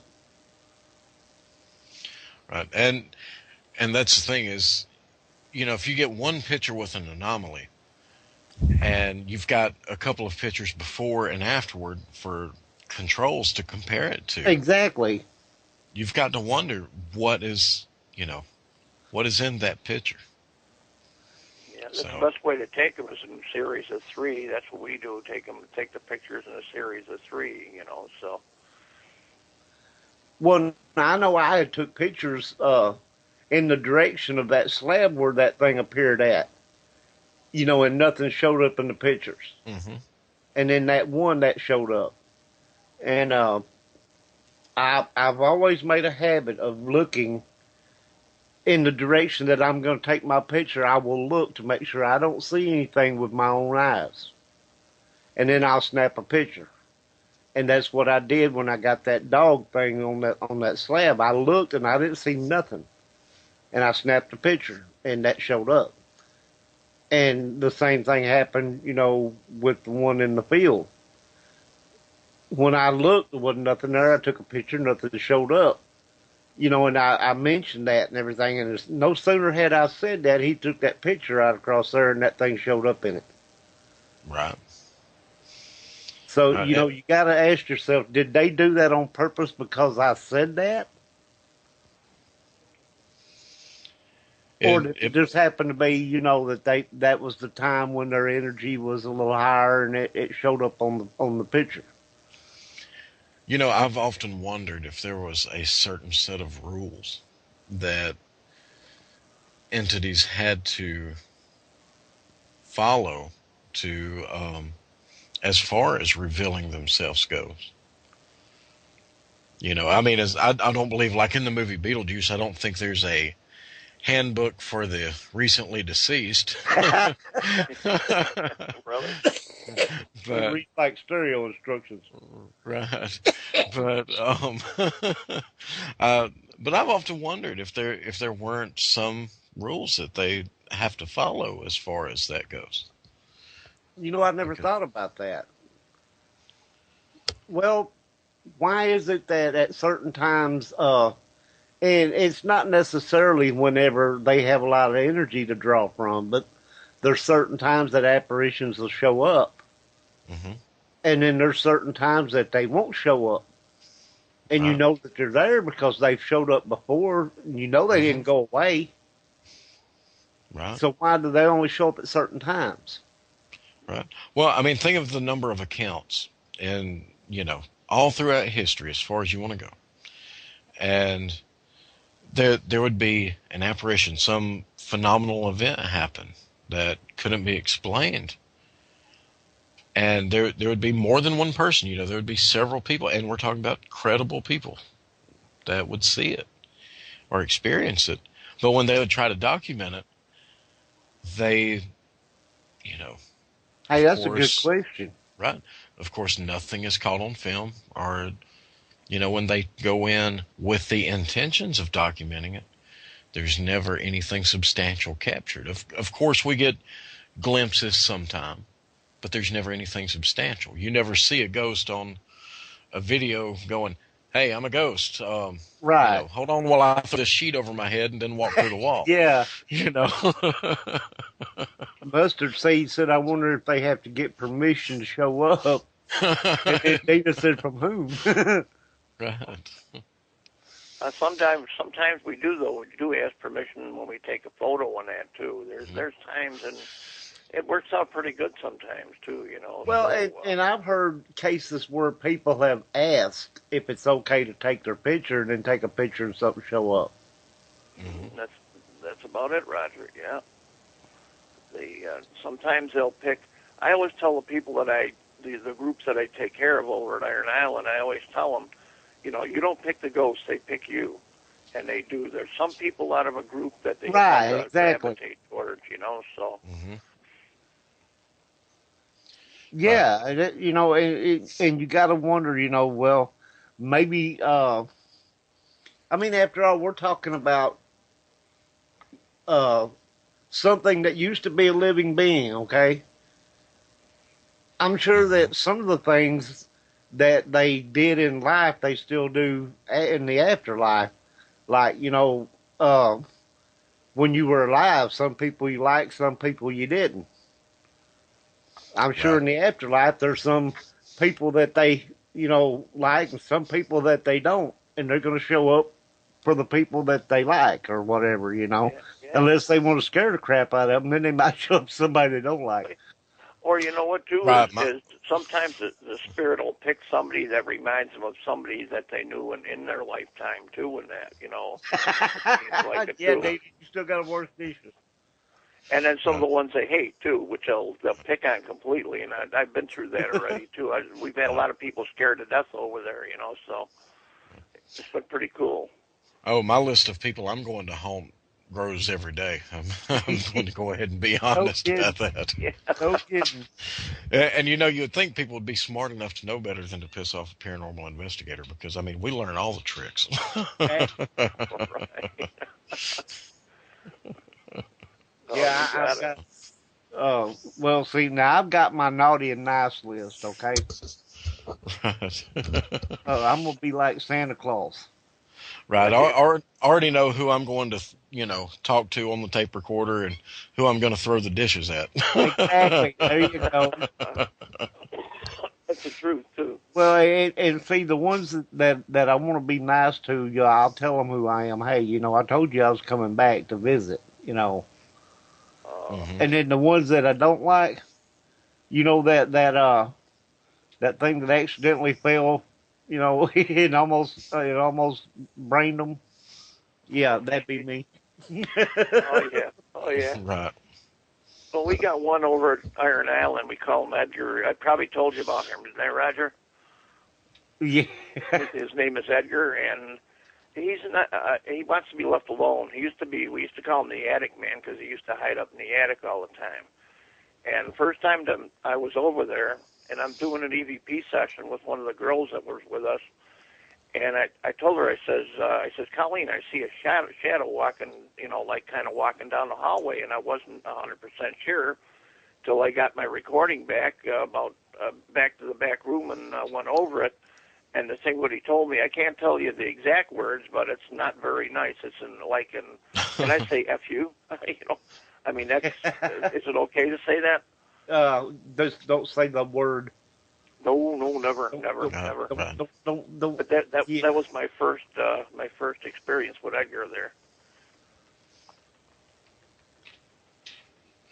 And you know, we talk about out of body experiences and stuff like that, and we talk about disembodied voices.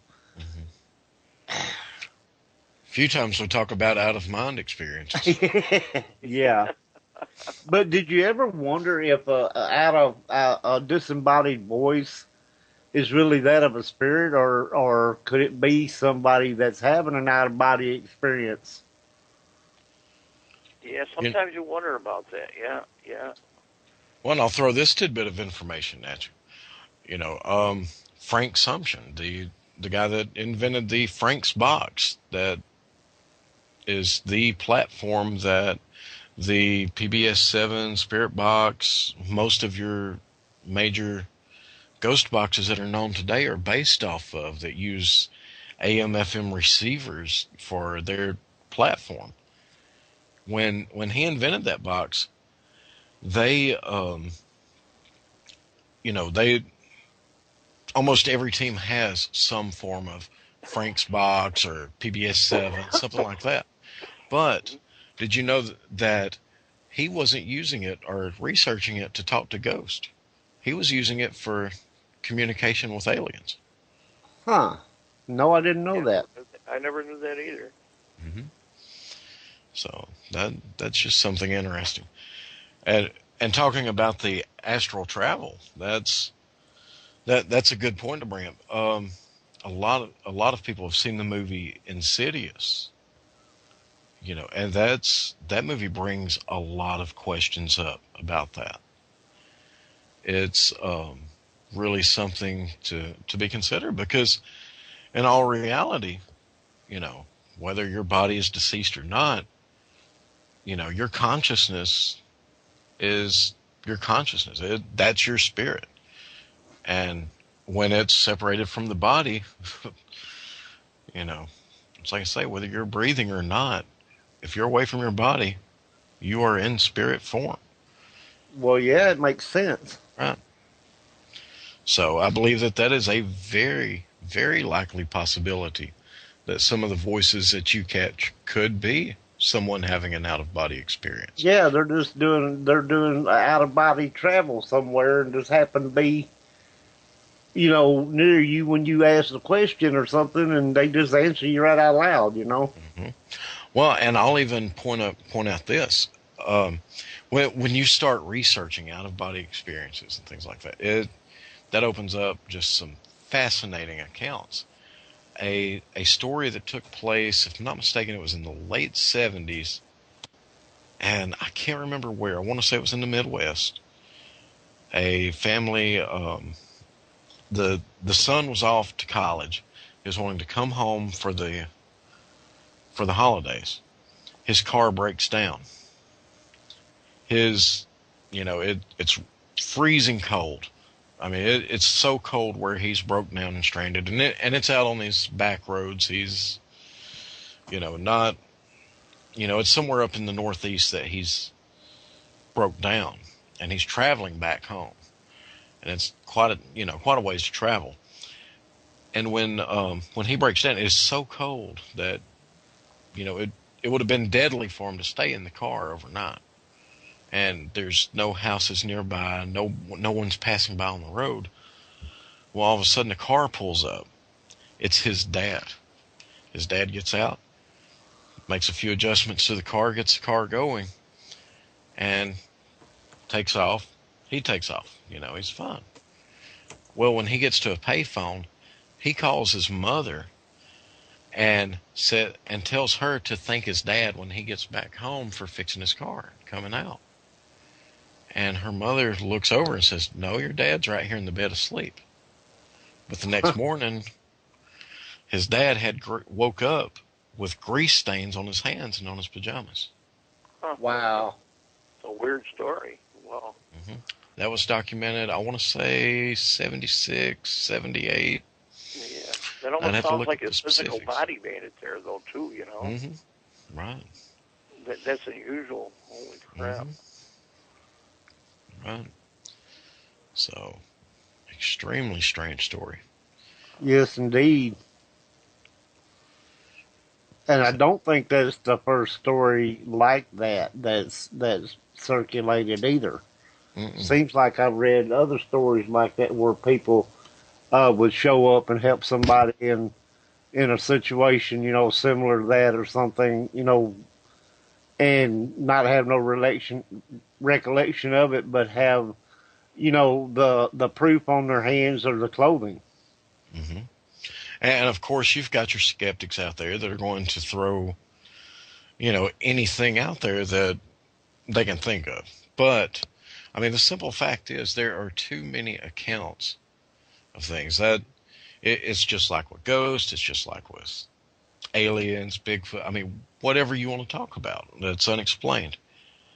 There are too many documented cases out there to just write it off. I mean, there is something going on that is not explained. I mean, who knows?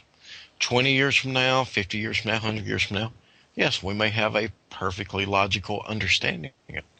But as of right now, it's unexplained. Well, 50 years from now, 100 years from now, everybody may be doing it. Mm-hmm. That's right. So, I mean, and it's a fact that, how do I word this? People are opening up, their minds are opening up more all the time, it seems like. Over the last few years, a lot of people who never experienced any kind of I'm trying to think of the best way to get across what I'm saying here. Being able to sense and feel and see certain things is becoming more adamant as right. time goes on. Well, with what's going on with parapsychology, and to anyone listening who's a paranormal investigator, I highly encourage you to look at parapsychology and incorporate that into your research, because it will help you so much to really encompass the full spectrum. Because, you know, what is a ghost? Well, like we were talking about earlier, it's a consciousness without a body. And when you get, like you're just talking about, those strange experiences, there's, you know, you get into people that have the out-of-body experience. Okay, we're live on WCJV Digital Broadcasting out of Youngstown, New York. We're going to take a short little break. We'll be right back. Don't forget to go and vote for us. If it's not there, it should show up there any minute now, so just stay on top of it. It'll be there. All right.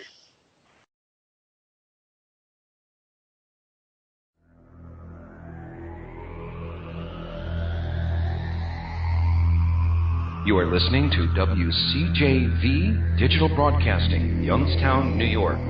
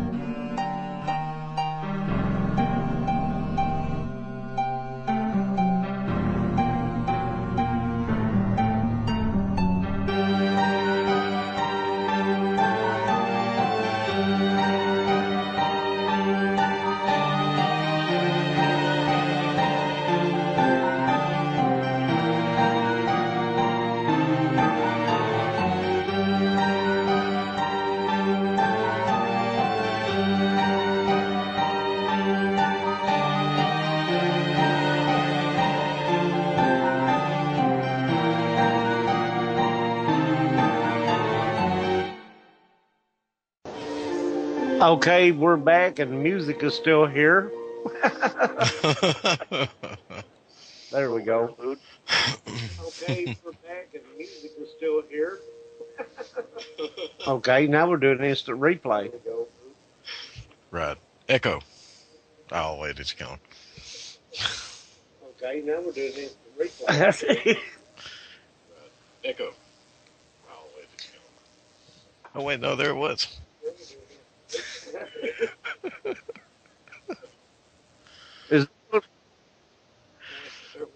Is this thing going to repeat everything I say 30 seconds later from now on?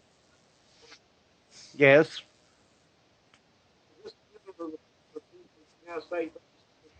I'm sorry. What? Yes.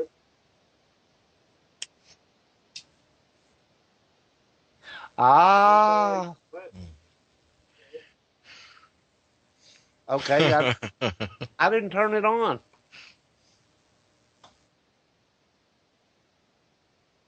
Well, the daggum thing, it needs to stop.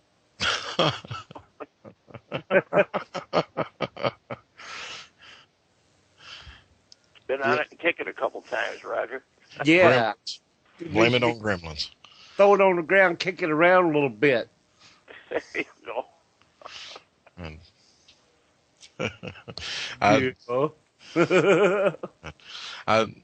I say just call it possessed. That's what I do. Bring out that holy water, sprinkle it on the keyboard again.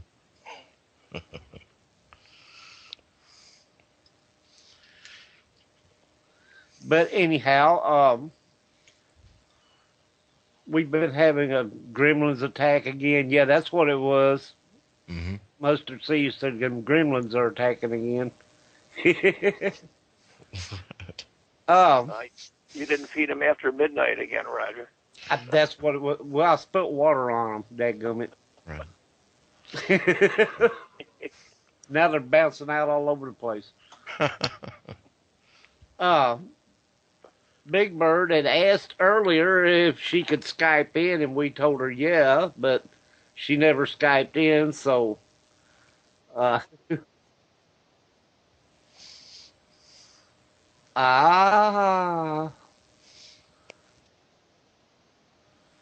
hello, Bird. Hey. So tell us about your most frightening paranormal experience that got you involved in the paranormal.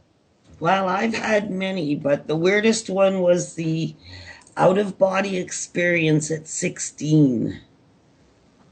It started out as a Ouija board thing, and it wasn't anything exciting. It was just a bunch of pieces of paper with some letters on it, sprinkled all over the hardwood floor in this little apartment that we had.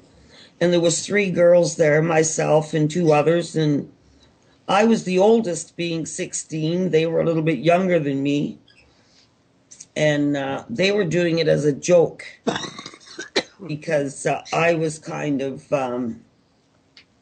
behind the times, so to speak, if you know what I mean. I wasn't one of those girls that was out and about. I had to work. So my whole life existed on working and not partying and boys and drinking and drugs and all that stuff. Well, anyway, I had a night off, and they decided to have a do a Ouija board thing. And before we started, one of the girls was telling us about this old Indian fella that after doing a seance or doing the Ouija board, couldn't close his hand. And of course, I'm 16 and quite gullible, and I was already a little bit freaked out because of the things that I could do myself. So I'm kind of taking this serious. And she kept telling me to call somebody back. So I thought, well, I'll call my girlfriend's mom, because she was like my mom to me, and I figured that would be the safest person to call back, which was somebody very positive around me. And I kept saying, if you're in the room, please put the ring finger on the ring on my other hand. And I kept psychically saying this over and over again. And the next thing I knew, I was looking down at my body, looking down at me on the floor. And the 2 younger girls that I was with, they didn't know what the hell was going on. And I guess I looked kind of rather ridiculous on the floor, and they didn't have any clue what was really going on with me. And I'm watching them from the corner of our room. And not only was I from the corner of the room, I literally went through these French doors that we had with these great big huge flowers on them. And I literally went through the flowers and up, and I was looking into this black void. And of course, I grew up Catholic and religion and all that. And of course, I'm expecting a white light. And when I seen that black light, I immediately thought, holy crap, I'm dying, or I'm dead, or something, right? And I'm looking down at my person sitting there on the floor, and I see the two girls that I was with pick me up from the floor and put me on the bed. And they lay me down with my hands across my chest as if I was dead, which really freaked me out even more, looking down at myself. And the next thing I know, I see them coming back beside the bed, and they've got a Bible in their hand. And they put the Bible in my hands, and it was in the left hand, or pardon me, the right hand. And all of a sudden, I'm watching myself from the corner of the room, and my left hand starts moving, and it moves straight out beside me.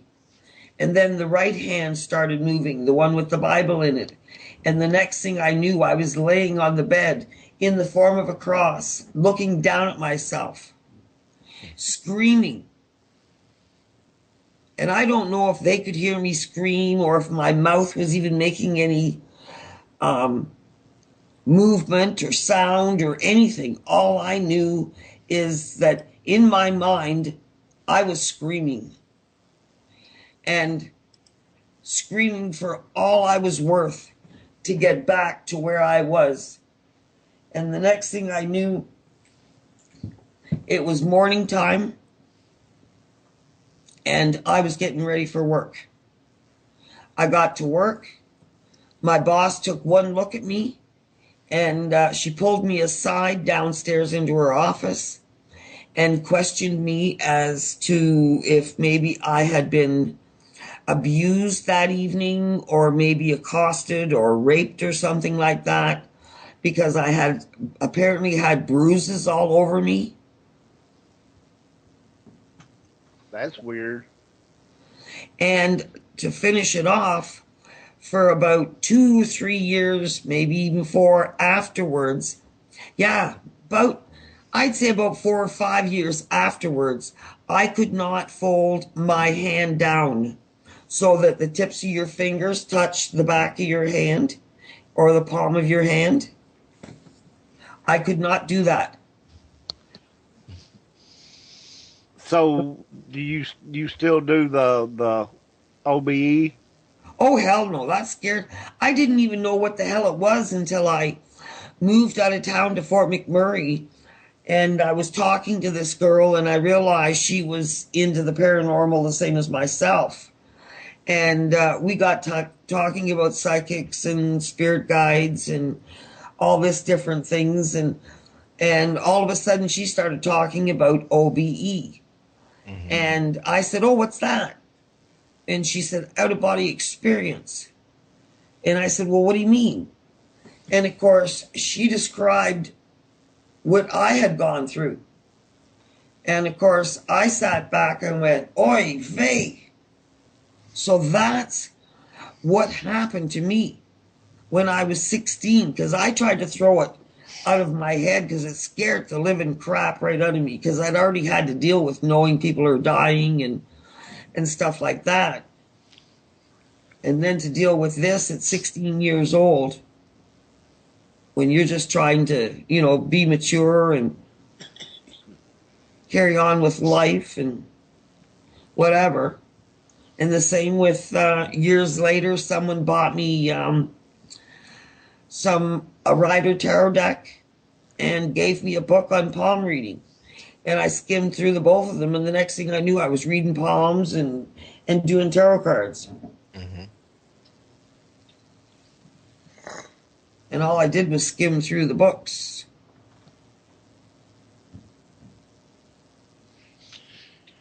Karen's asking if you... Do you think you had some form of suppression or obsession?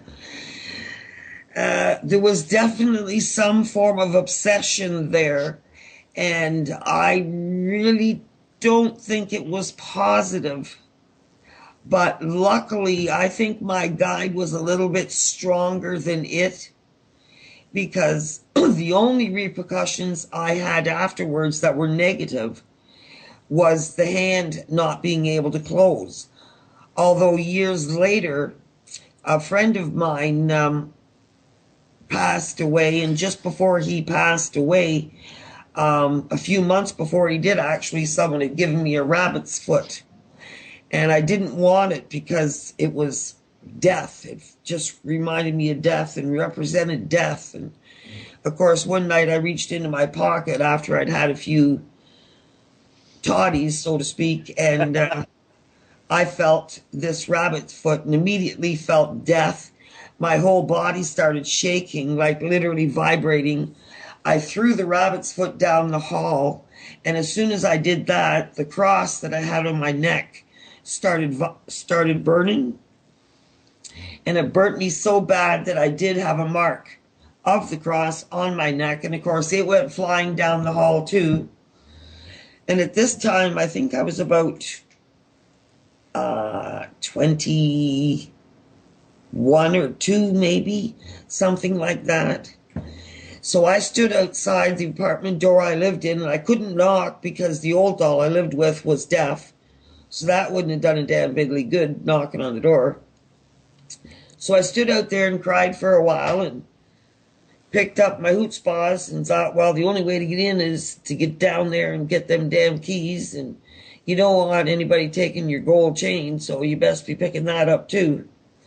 So I grabbed my hootspas and picked it all up and got into my apartment and threw the rabbit's foot and the chain up on my shelf in my closet, and I had someone come pick the rabbit's foot up the next day that gave it to me, and they laughed and thought it was funny. And sure enough, a few weeks later, my best friend was passed away. And he came to visit me the day he died also, to let me know he's gone, although he didn't identify himself.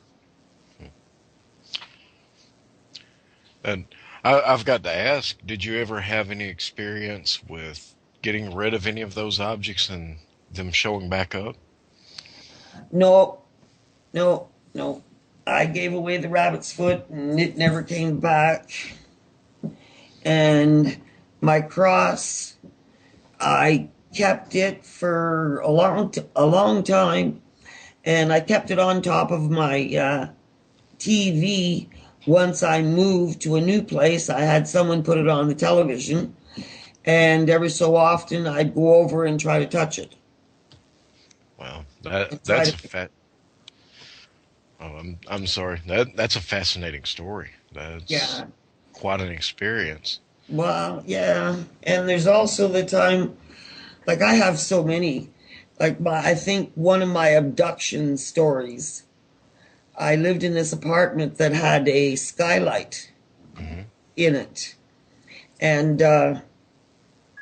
one morning, the girl I shared the apartment with, she had to work and I didn't, but we still did our usual routine. I got up with her in the morning. We had a cup of tea, and she went off to work, and I went back to bed. Well, sometime during the course of that morning, from her going until her returning at lunch, I was literally paralyzed in bed. I could see this, what I described as, I'm trying to think of the name of the bird. They're a big bird. They look similar to a crane or something, but they look like they've got a suit and tie on. If you know the birds I mean. They're a great big tall bird, and they're black and white. A stork? They're not a stork, but similar in size. Anyway, this is what I am seeing looking down at me from my skylight. And again, I am screaming, paralyzed. I can see this form standing in my doorway. And I don't know what it is because it's just a fog. Right. In my eyes. But there's also this, like I said, what I'm calling this bird looking down at me from the skylight. And of course, I am screaming bloody murder inside. I don't know if any sound is coming out. I have no clue. But all I know is I am screaming bloody murder. And the next thing I know, my roommate is coming in the door. No, it wasn't a blue heron either. Blue herons are gray or... Yeah, no, it's not a blue heron. Wow. But, yeah. And, of course, she's looking at me like, what the hell are you doing still in bed? Because normally I'm up by, within 20 minutes after she leaves, I'm up doing this, that, and the other thing. But I was still in bed at noon, which really surprised her. And sure, I might have been in my 20s, but I wasn't one of those 20-year-olds that slept all day. Right. So. Then, do you feel that experience was... Did you feel like it might have been an extraterrestrial type experience, or? Well, I have a scoop mark. And, I woke up with a mark, and I don't do needles. Right. So, how the hell did I get this? And, of course, I didn't realize what it was until a couple of years ago when I was, I had pulled up a site on abduction scars. And that's when I noticed these scoop marks on these people. And then I looked and went, oh! And not only did I find the little scoop mark, I have a great big one on my, sort of my leg, rear end type in there. Plus I have a line that I found on some woman in Mexico who had claimed she'd been abducted. That scared the crap out of me even worse because I've had my line since I was a baby or since I was a kid. And I've never been into the hospital for anything other than being born. And I didn't have an operation on my legs. But yet I've got a scar. Oh, excuse me. Did you have a loss of time at all? Did you lose any time while you were going through this? Well, like I said, I don't know. My girlfriend went off to work at 7 in the morning, and she come home, and I'm waking up at noon. Right. You know what I mean? And I'm looking at her with a stupid look on my face when she's telling me what time it is. You had mentioned that you felt like you were screaming. And, yeah. But you weren't sure if any sound was coming out or not. And of course, you having a roommate. I'm going to throw this at you because and similar... She was at work, don't forget. Oh, okay. Because... Yeah, she went off to work, and I was home. I've...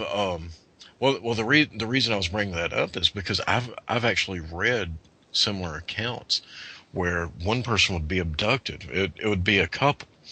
And say the wife or the husband would be one would be abducted while the other was literally laying there in the bed next to them. And they would be screaming and their partner wouldn't be disturbed. No, wouldn't hear them. And it's just amazing. It's like somehow the vocal cords are somehow paralyzed as well. Well, do you know, the 2 young girls, when I had my first OBE, the one passed away, the other one is still alive. And to this day, none of us have ever discussed that day. Right. None of us. And I'm quite interested in chatting with them just to find out what they're willing to admit. You know what I mean? I can't blame you. I would definitely be curious about that as well. Because I'd like to know, 1, why they moved me to the bed. Number 2, why they felt the need to hand me not only the Bible, but to lay my hands in such a way that it appeared like I was dead. Right. You know what I mean? Like they were laying me to rest. And when you look at people in a coffin, their hands are always folded across their chest. Mm-hmm. And then they put the Bible in the top hand. That is very bizarre. That you talking about the abduction story. I'm going to ask this, and you might not be aware of it, or you may not know this answer, but I'm just curious if you know of any other people in your family that might have had a similar experience as well. Not really. Although my younger brother used to tell me that he remembers being born. Because the reason I ask is because in a lot of those case studies, a lot of the a lot of the abduction accounts, a lot of those things, it seems like it not only happens to individual people. Yeah, there's somebody else. Well, I know my younger brother claimed that he remembered being born. He remembered coming out of the birth canal. Or, granddaughter. Or I was psychically in tune to him. Whenever he was in trouble, I would feel him and immediately go looking for him. Mm-hmm. And of course, sometimes I was with other people, so they'd think I was really strange when I would make them go with me hunting for my brother. And of course, they'd be looking at me like, how the hell do you know he's in trouble? And try to explain to somebody that you can feel, without actually seeing. And of course, I always found them, and they were always baffled by how the hell I knew this. But it's not so strange if you think about it. I mean, think of this: how many times have you heard the same type of event? It may not be with more distant or outside of the immediate family, or say with friends or whatever. But how many times do you hear similar accounts with twins? Yes. They're and it's documented, not just by paranormal investigators or energy healers or things like that, but you have psychologists, you have your medical doctors, the mainstream scientific community looking at it and documenting these cases. That those type of links are real. You just have a very well developed perception. You truly have a gift. Well, I know I've had it for since I was 4. And I know I heard you earlier saying, and I don't want to start when I was 4, but I do remember at 4. And that's where all of my whole everything comes from, even though you said, oh, I don't want to hear 4. But that's when my whole chew started, was at the age of 4, because my guide gave me a voice of a 30-year-old to shoo somebody out of a room. And when I realized I was a little bit funny when I got older, it immediately brought me back to the age of 4. And of course, that little 4-year-old with that 30-year-old voice. And that 30-year-old voice that came out of that 4-year-old, for example, like being approached to pull up my dress so one of the older boys could look up or play with my personable parts. Mm-hmm.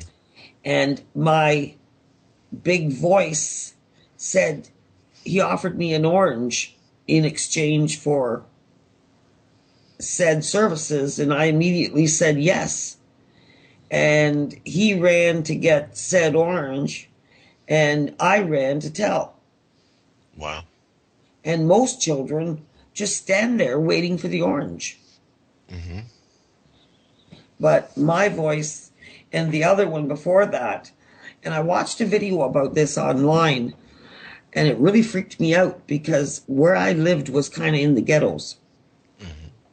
And our living room / into our bedroom area had a great big hole in the wall so that you could literally peek in to see who's in the living room. And in this video I watched, the little kid described the entity as coming through the hole.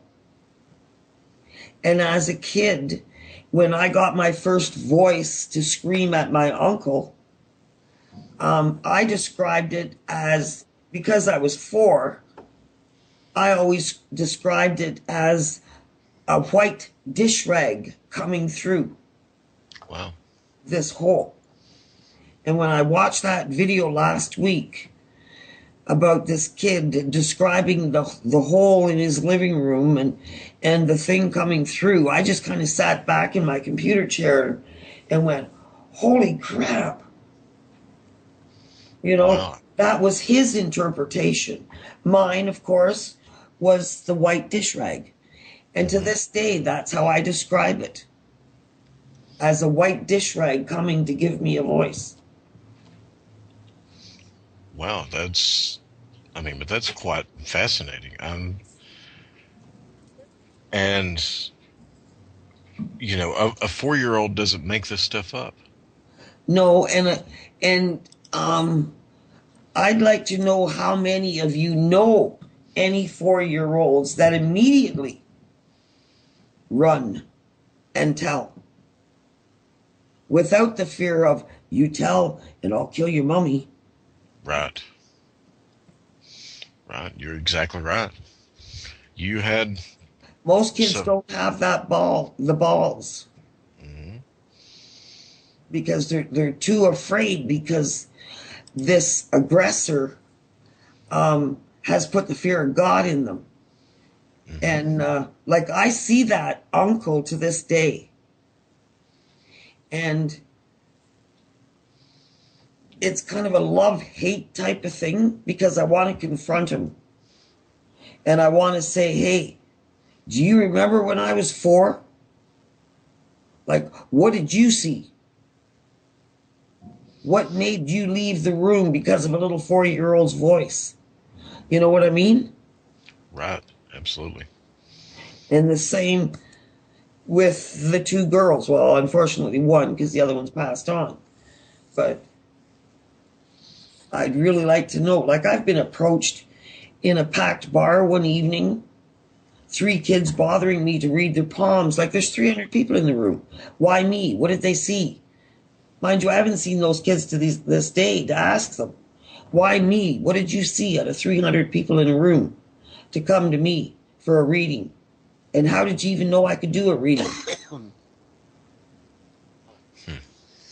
I've had a UFO appear above my head a couple of years ago. CD knows about this one. And it was literally, I swear, about 30 feet above my head. It looked like a little Harley fat boy, if you can picture that in your head. It had no call letters, no numbers at all, no rivets of any kind, because I used to work in sheet metal, so I would notice that. And it appeared, sounded like 1,000 Harleys above my head. It had 3 black lines on its underbelly. An old fellow was walking towards me. He had a headset on, listening to music. But come on, how loud do old codgers have their tunes turned up? And the ground beneath me was vibrating. And instead of reaching for my camera, I was reaching for my binoculars. I could have hit it with a slingshot. It was so close. And as soon as I got the old guy's attention to look up, it literally vanished, sound and all. Wow. Sound and all. And I stood there waiting for at least 5-10 minutes for it to appear again. And it was a beautiful, bright day. There wasn't a cloud in the sky, nowhere for it to hide. But yet it literally, poof, gone, vanished. And then a year later, I seen a hologram plane appear and disappear just like that. Just like beat me up, Scotty. And it was a long, thin one. Remember when we were kids, used to do the foolscap paper, the long stuff, and make the long planes and whip them around the room at Buddy's head. Right. It was craziness. Let me see, were you needing to cut in, Roger?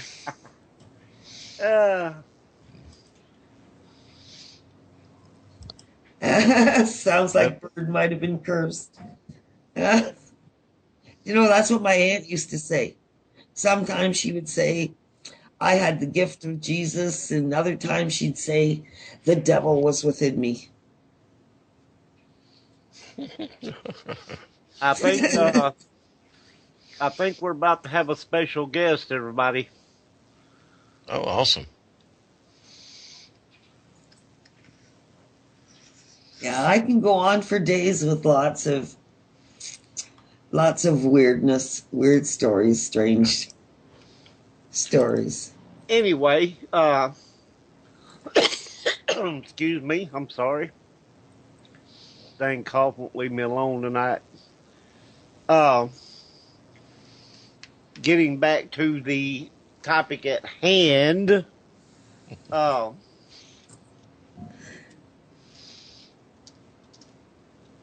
Big Bird, you're fascinating. Why, thank you, Dita. And we appreciate that. That was an awesome story. That's some crazy stuff.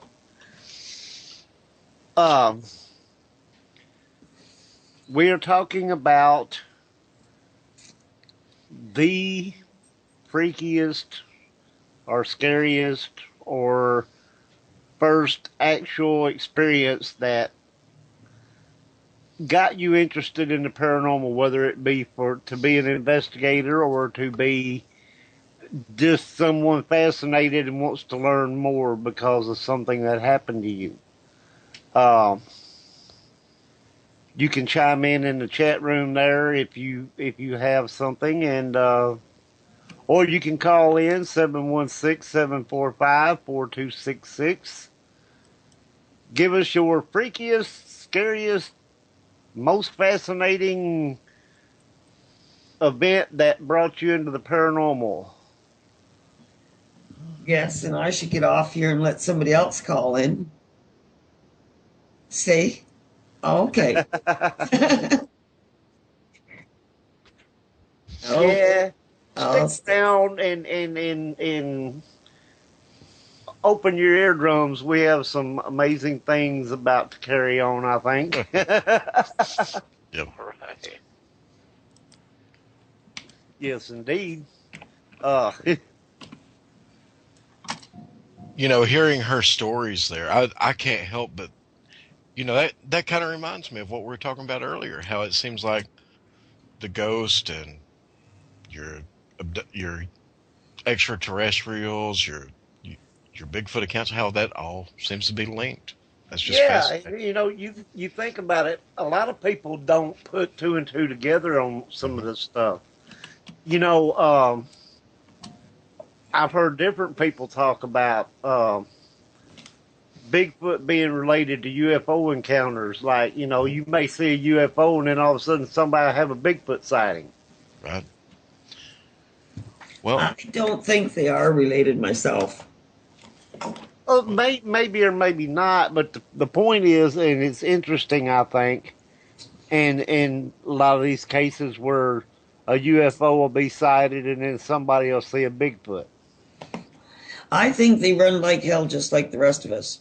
And then also, you know, how do you answer the fact that there's been so many Bigfoot sightings, yet nobody's ever recovered a body of a deceased Bigfoot? Now, I know they don't live forever, so what happens to the body? Right. Well, and I'm going to throw this out there at you too. Do you know how many of the cases where people describe the extraterrestrial accounts of the seeing the grays, as everyone calls them? Yeah. Have you ever, if you look at it in some of those case studies, at some of the same locations, a lot of times they'll report, and sometimes even together, they'll see a gray and what appears to be a Bigfoot. Okay, can I give you an account about something that happened? Oh my God, this was about maybe 50 years ago. Sure. And if you're familiar with Erie, Pennsylvania, anybody familiar with Erie? I'm not familiar. I know of it. Have never been there. I drove through it one time.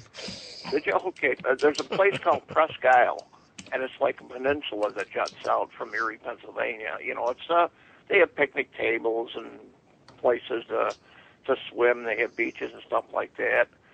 And what had happened is there was a couple out there that was, of course, it was at night, and the guy and a girl, and they were doing their thing out there, and all of a sudden a UFO had actually landed. I don't know whether it was on the beach or right on the isle itself, but they saw the UFO land, and they're trying to get out of there. Next thing you know, they see this big hairy creature. Now, this was even before Bigfoot was popular. This was back in, I'd say, the late 50s, early 60s. But they did actually have the Bigfoot in conjunction with the landing of the UFO. You know, and like I say, all I could describe it as is a big, hairy, ape-like creature in that. So, I mean, I just want to interject that because this goes back to even before they were trying to put the two together. So Right. And to throw something else out there, a lot of people who talk about cases that seem to be demonic, those type negative cases. One, you know, if you look at a lot of the things that they talk about, sense of dread when they come, you know, when they're there.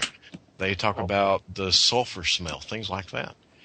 And then if you look at some of the Bigfoot cases, they talk about these creatures having the glowing eyes, a strong sulfur smell, and they talk about being overtaken by a strong sense of dread. Now, what kind of animal, primate, is going to, you know, somehow psychically or otherwise induce or telepathically, you know, cause you to have a sense of dread before you even see it? That's a very strong presence is what it is, you know. Right. But there's a movie that I saw years ago. I still got it too, called The Abominable Snowman. Of course, that was a predecessor to Bigfoot. If you're all familiar with that, right? In Tibet. Mm-hmm. And it was the in a Himalayas. Movie. What's that? The Himalayas. In the Himalayas, yeah, really great movie. And I was really a big reader. I read up a lot when I was a kid on the Abominable Snowman. Now, in this movie, when they caught this Abominable Snowman and they brought him back, and it had died, and then these Abominable Snowmen came at the end of the movie to get his body back, they were talking, but they were actually talking telepathically back and forth. Now, it's a movie. And that, but like you say too, is that you know, you do sense this presence that's around you, so you can sense a presence that's watching you. You know, so I just wonder. It's just a thing I brought up. That's all. Very interesting question. Are they that much of ahead of us that they can actually talk or communicate telepathically? I don't know. You know, like I say, well, and then again, that could also lend to the UFO thing.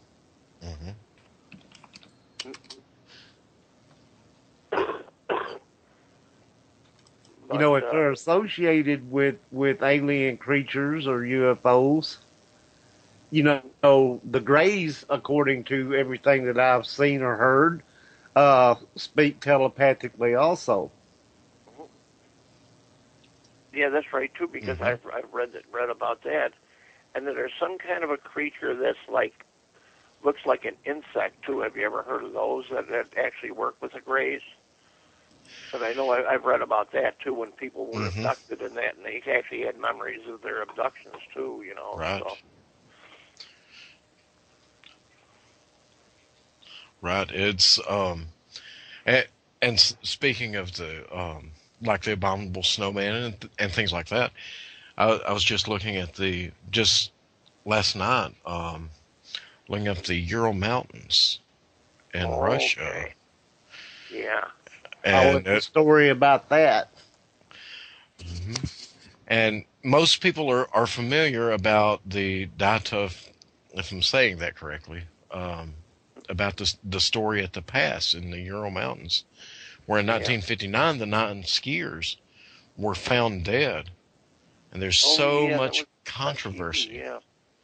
They blamed it on it was said their death was an avalanche. It said that the Russians were testing weapons. It's there's been all these claims, but the simple fact is they were found that they were found. Some of them had crushed ribs, some of them had cracked skulls, some of them had. I know there was one of them that had their tongue missing. Mm-hmm. Yeah, I saw that part too. Yeah. Mm-hmm. And they had cut themselves out of the tent and were running and trying to escape, in such a hurry.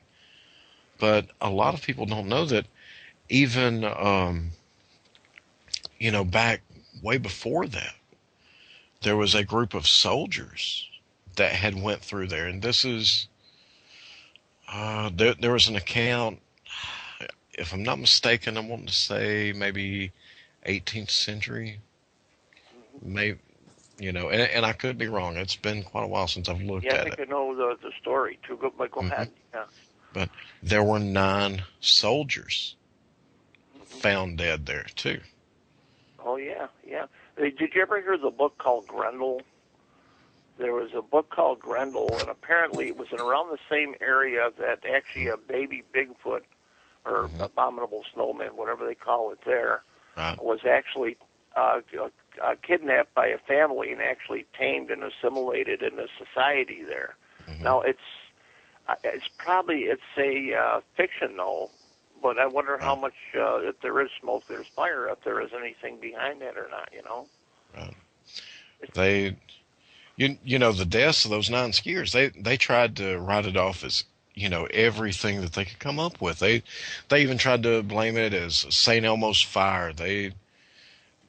Anything, and they finally ended up, I think the final verdict was they just classified it as unexplained natural phenomena was what they put on paper.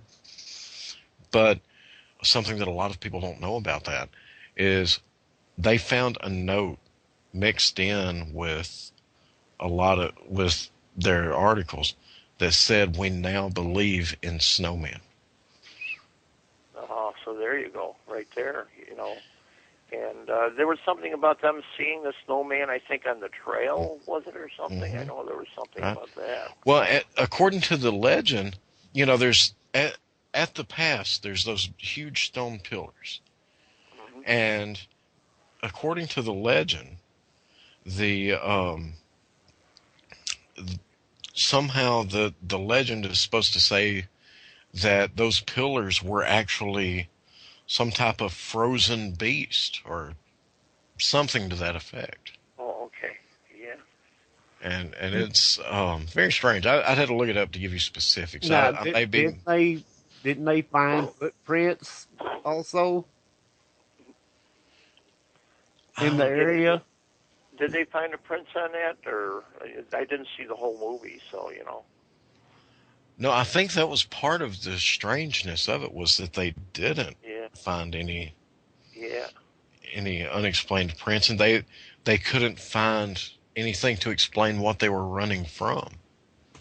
Okay. Well, the thing is millions of years ago there was an ape-like creature there called a Gigantopithecus. Did you ever hear of that? Yes. And they found his fossils and that, and it is almost like an abominable snowman. I think a lot larger though, if I'm not mistaken. Yes, Gigantopithecus was a giant ape that existed. Caller, you're online. Good evening.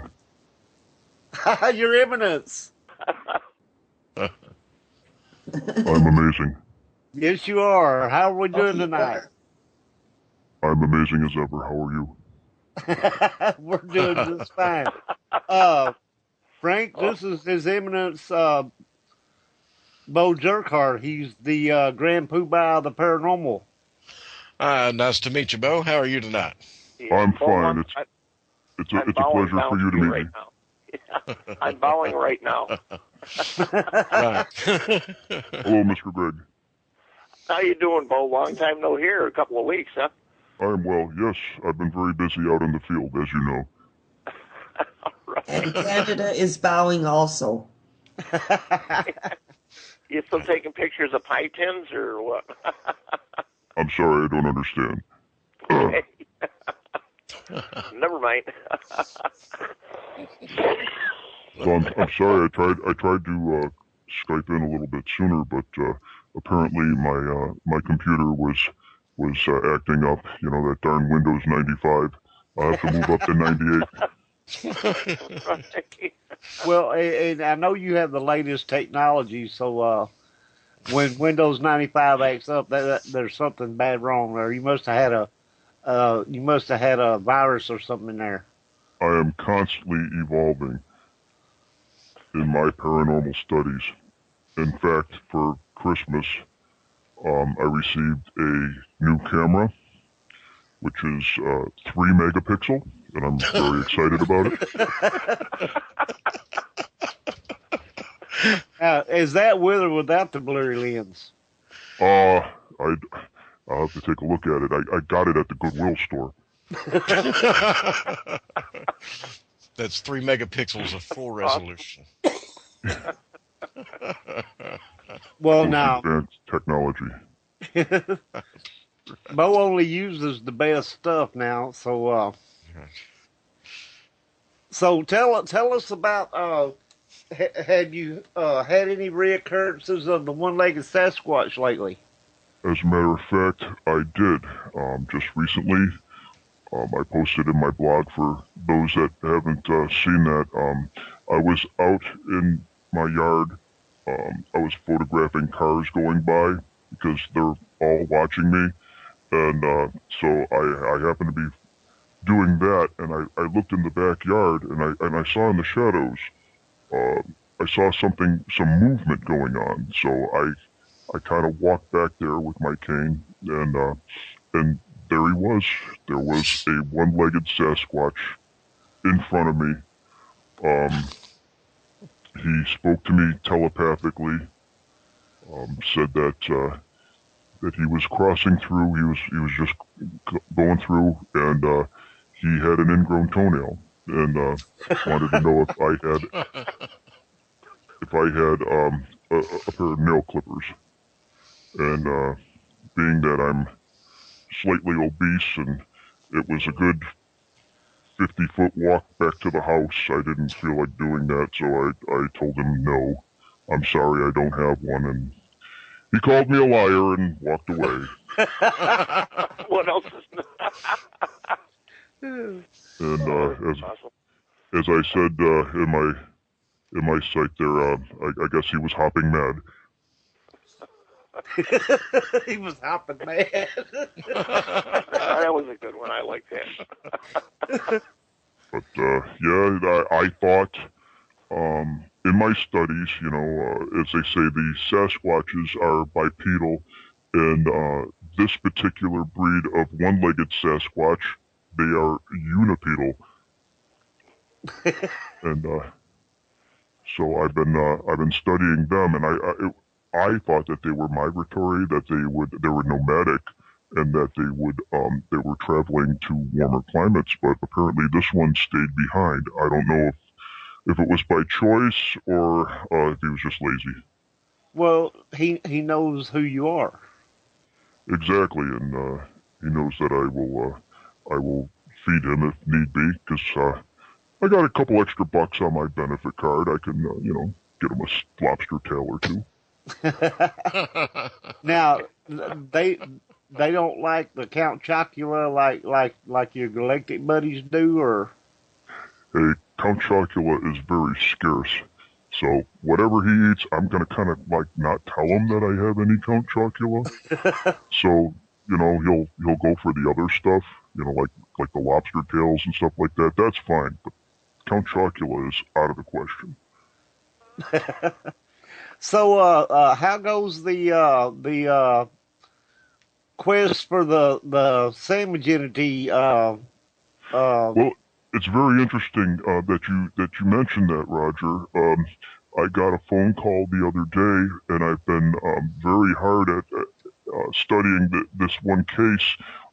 It appears that, as you know, I've been studying sandwich ghosts of processed meat.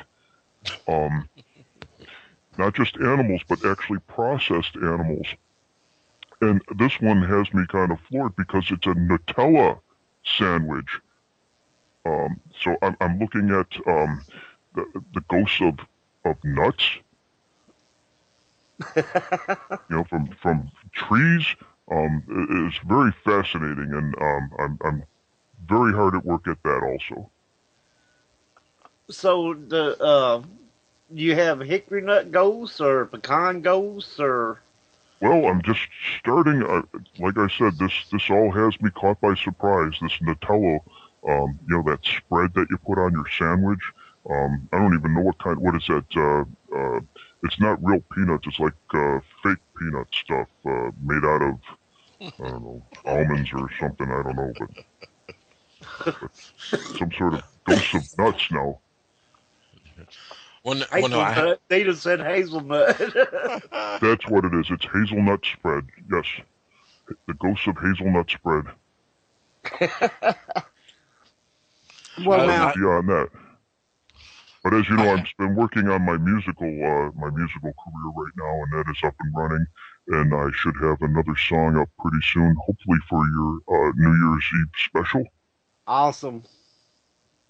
And I've got a website that I'm working on. It hasn't gone public yet, but I'm working out the bugs on that, including my European tour dates for my upcoming world tour. Now, when did you leave the Jerk Hearts band? Oh, that was back in the 80s. That was Bo and the Jerk Hearts. Yeah, we were a hair band back in the 80s. And after releasing the album You, I let it known to the band that I think the song should be more about me and not about like girls and cars and stuff like that. And they didn't agree with me, and so I let them. I don't consider it them firing me from the band, but me just letting them go and do their own thing. Right. So that's why I released my new album, Me. So you decided on a solo career? Yes. Yeah, and you can tell everybody because there's always different listeners here about your novels that you've written and. Well, as you know, I've written a number of novels or a number of books. One called Let's Talk About Me, and then I followed up with the sequel to that called Let's Talk About Me Some More. I also came out with a coffee table book called Me, My Selfies, and I. And I also have a book of that got some critical acclaim about my medical afflictions called Mein Cough.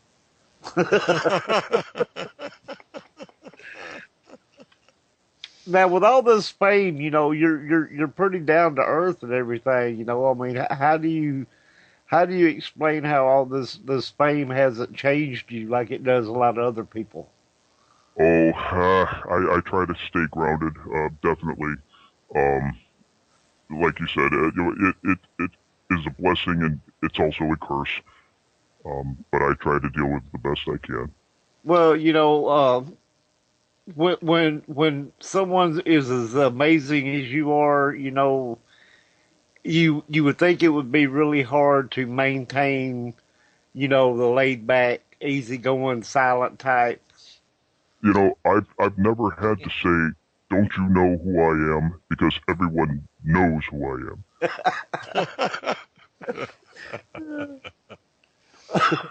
We all know you, Bo. And I'm amazing. Yes, and see, we all know this, and you know, you have to keep reminding because there's always people, you know, there's new listeners coming in all the time that haven't heard you yet, and they probably read about you, I'm sure, because you know, I'm sure you're in all the big tabloids and you know, inquiring minds want to know and all that stuff. True. Very true. Yes, and sometimes they just, I catch them off guard by my awesomeness. I just kind of, you know, they turn around and I'm there, and it's just like they're not expecting it. So it's something that I deal with. Bo Anna's here, and she's waiting for you to say hello. Oh, hello, Ann.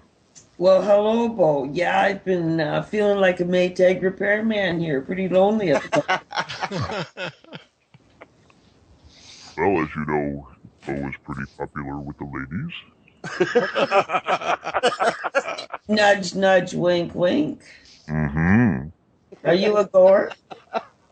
No comment. No, rats. Here, I thought we were going places. I can take you to the moon. I can take you to the stars. Oh. Or he can take you to his backyard. Or my backyard, yes. Yeah, we can go check out that one-legged Sasquatch. About as far as I can go is my backyard. Yeah, I can take you to all four corners of it. Well, geez, that'd be a pretty cheap date. Can you afford it? Maybe I'll pull out some Count Chocula. Oh, boy. Now, and you know you're special now if he pulls out the Count Chocula. Yeah, I know. I'm feeling special already. And here I thought he was going to give me Special K. It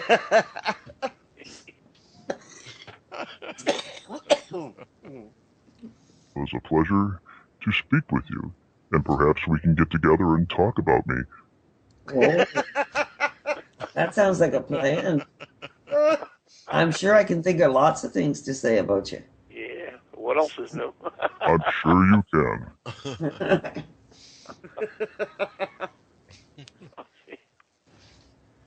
Hey, did you hear about that one-legged or the blind hooker? Which one? Yeah, I hear you got to hand it to her.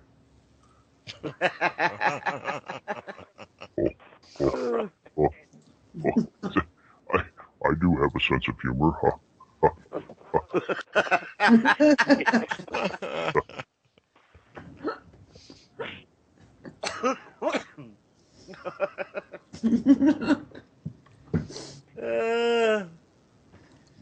Are we live or is this Memorex? Oh. Yeah, you're very live. It's live and it is awesome. So what are you going to do for an encore there, Bo? Oh, there is no encore. I am just amazing all of the time. Oh. I'm just one non-stop show. Oh, I see.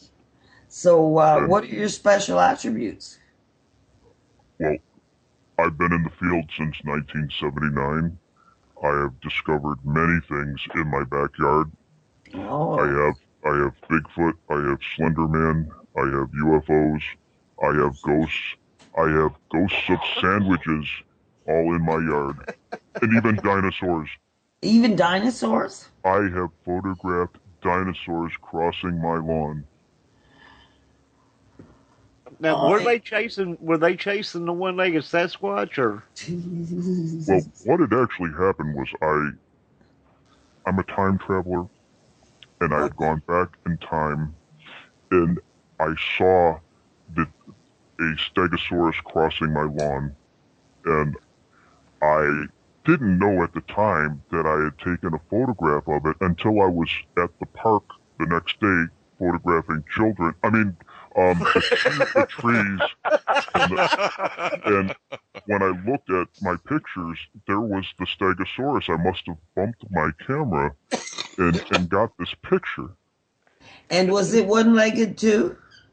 No, so this was a very full-size Stegosaurus crossing my lawn, or what my lawn would have looked like 200 million years ago. Oh, so lawn all chewed up? Well, yeah, he left big tracks. I was like, at first I wasn't aware of what was going on, and I was like, get off my lawn. Do you turn invisible when you time travel, or is that just something that you do? That is something that I do on my private time. I like to turn invisible, like when I'm around the middle school. I mean, when,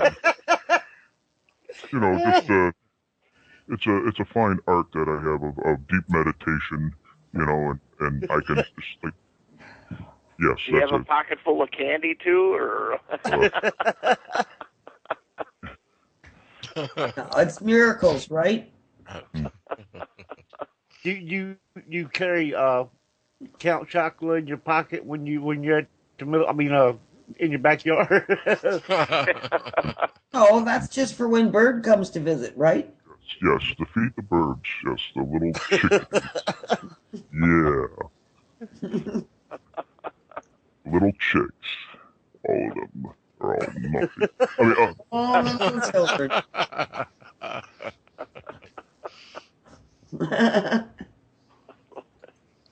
Well, and in my website, I have posted some newer photographs of myself of when I was part of the Apollo space program, which is pretty awesome. That were never released to the public, which I will have on my website coming very soon. Oh, that's awesome. Yes.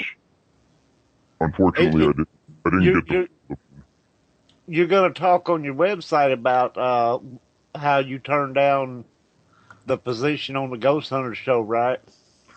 I cannot disclose what show it was like or what it was, but I depicted the photograph of what it would be like, and yes, I was notified, or they wanted me to do a show about paranormal investigating and with a plumber and with an awesome guy, and we were going to investigate haunted locations together, and it was just too much for the cast and crew because they just kept constantly wanting my autograph and wanting photographs of me that we really couldn't get anything done. And so I said, you better get another plumber to do the show. And oh, did I just, I think I kind of just said what the show was. Oh, never mind.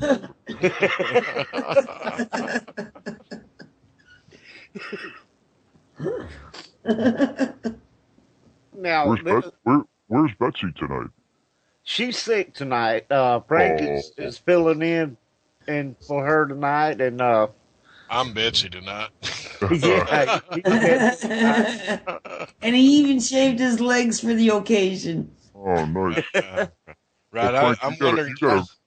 You got a very nice sounding voice. I mean, you have a very the way you pronounce your words and everything. You are definitely like in radio. I can tell. Well, I appreciate that. I was always told that I had a great face for radio, and so a great face for radio. Right, and at first I got off to a rocky start. It was kind of one of those that I really shaved my back for this type deals, but I've really enjoyed it. Frank does have a show on Paranormal King Network on Tuesday nights, and go check it out sometime, everybody. What's the name of that website? It's Paranormal King Network. Okay, I think I will. Yeah, I'm on Tuesday nights. It's called Paranormalities and Ponderings. There you go. So I'm the Paranormal King. And I appreciate you hosting the site and everything. That's really awesome. The Paranormal Poobah. There you go, Paranormal Poobah. Hey, no, that's a catchy name. The Grand Poobah of the Paranormal. Yes.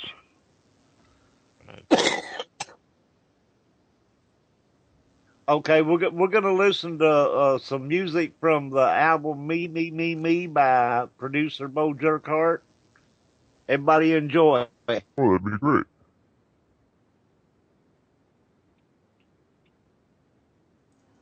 Yes, ma'am.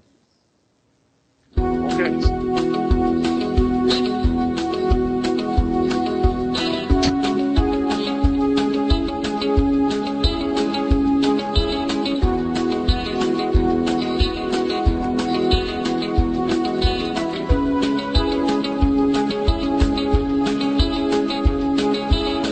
There's a girl that I never met. A friend doesn't like her, so I thought I'd make some threats. The sheriff came. That didn't make my wife smile. Now I'm on file.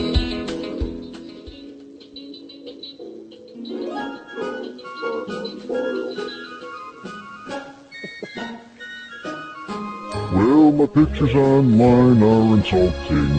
And the claim they are real is revolting. They're like the wind outside, you know. They all blow, they all blow, they all blow. They're like the wind outside. They all blow, they all blow, they all blow. They're like the wind outside. What?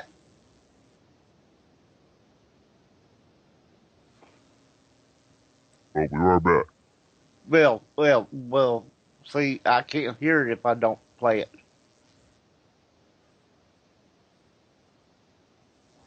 Yes, I did. Yeah, I heard it. Some of it, I was over here dancing and everything. Yes, that was just a small sample of one of the latest songs from Me Me Me Me called I'm on File. And the other was just a small Christmas sampling. I have to say that my music is like truth serum to me. It just brings out my innermost feelings about myself and the paranormal. Brings out the woman in you, does it? Yes. That's how. That's how Bo gets in touch with his feminine side. Yes, I sound very feminine. I don't think so. Not to mention the pink knickers. I'm all man. So I've been working very diligently on the album Me Me Me Me, and I'm actually contemplating it being a double album. You know, I'm revealing this now live on the show that I may go double album on this because I have just so many ideas and so many musicians have been coming to the house to want to play on the album that there's just not enough awesomeness for one CD.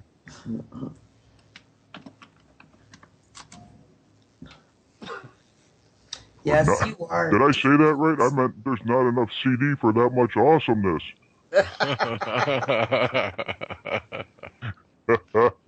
So how is the oh heck, why did I have trouble thinking of that? The Nobel Prize thing going with the sandwich entity. Well, like I said, Roger, that was, if you were listening, that's what I was talking about, the Nutella sandwiches.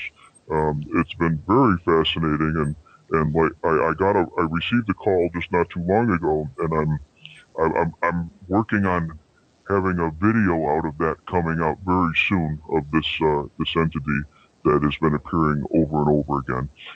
It is a cross between that hazelnut Nutella spread and a pastrami on rye. Pastrami on rye. You know, I actually had a question about the sandwich entities. I was wondering about the processed meat entities. Now, are those angry spirits because of what they go through after their initial death as a regular meat entity? Does that anger them somehow? That's what I'm trying to establish, yes. You know, sometimes there are animals that come back as spirits, sometime to give the owners of the animals closure, and sometimes I'm thinking that the process meets like chopped ham, and even perhaps spam entities are trying to come back to tell us something, and I need to get to the bottom of that. Could they be perhaps trapped by the preservatives? That is a fantastic idea. I need to work on that, and if I do get this Nobel Prize, I will give you credit on it. Well, that sounds good. We should get together and work on that some, because we can toss around a few ideas. That would be very awesome. Like me. Right. Absolutely. Absolutely. Yes, I feel like I'm in the presence of a god. Oh, I don't know if I would go there. But speaking of which, I don't know if you saw my Christmas picture of my photograph of my first Christmas. Yeah, I saw that. Yeah, it was. That was something that I wanted to share on. I wanted to jump the gun. You know how on Facebook they have that Throwback Thursdays, and so I just wanted to get it out there. That was a picture of my first Christmas actually, and it was kind of awkward because there were like 3 distinguished black gentlemen that showed up at the door with bearing gifts, and. You know, and my parents were like, "What do you want?" You know, they're like, "We're here." They took the gold. They said they didn't have any scent. The myrrh and the frankincense and stuff like that. It was like, we have no use for that. You can't cook with it. So, and even gold at the time was going for like what $90 an ounce. So it really wasn't much. But they said thanks and shut the door on them.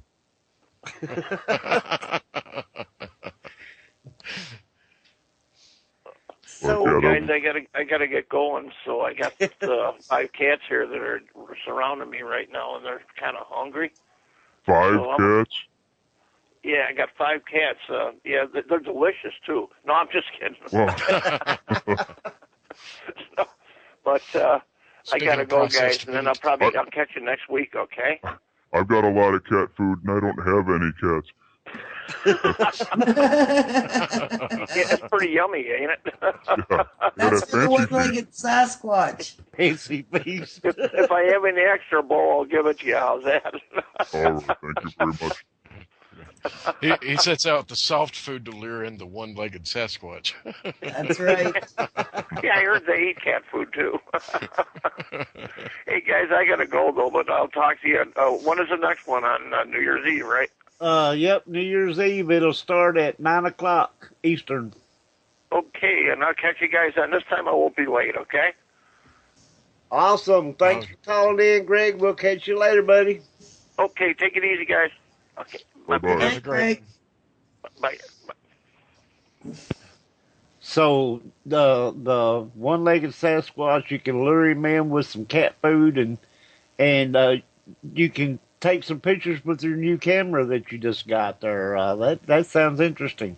Right. Well, I have so much cat food because I used to lure the one-legged Sasquatches in with my cats, and I don't have any cats anymore, so I gotta watch it. Well, one thing about it, at least the cat food isn't as expensive as replacing the cats. So, I mean, it's understandable.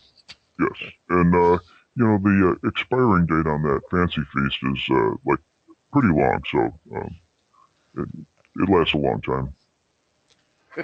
Absolutely. I mean, it makes sense because one thing about it, paranormal research is not the best paying field in the world. So, I mean, exactly.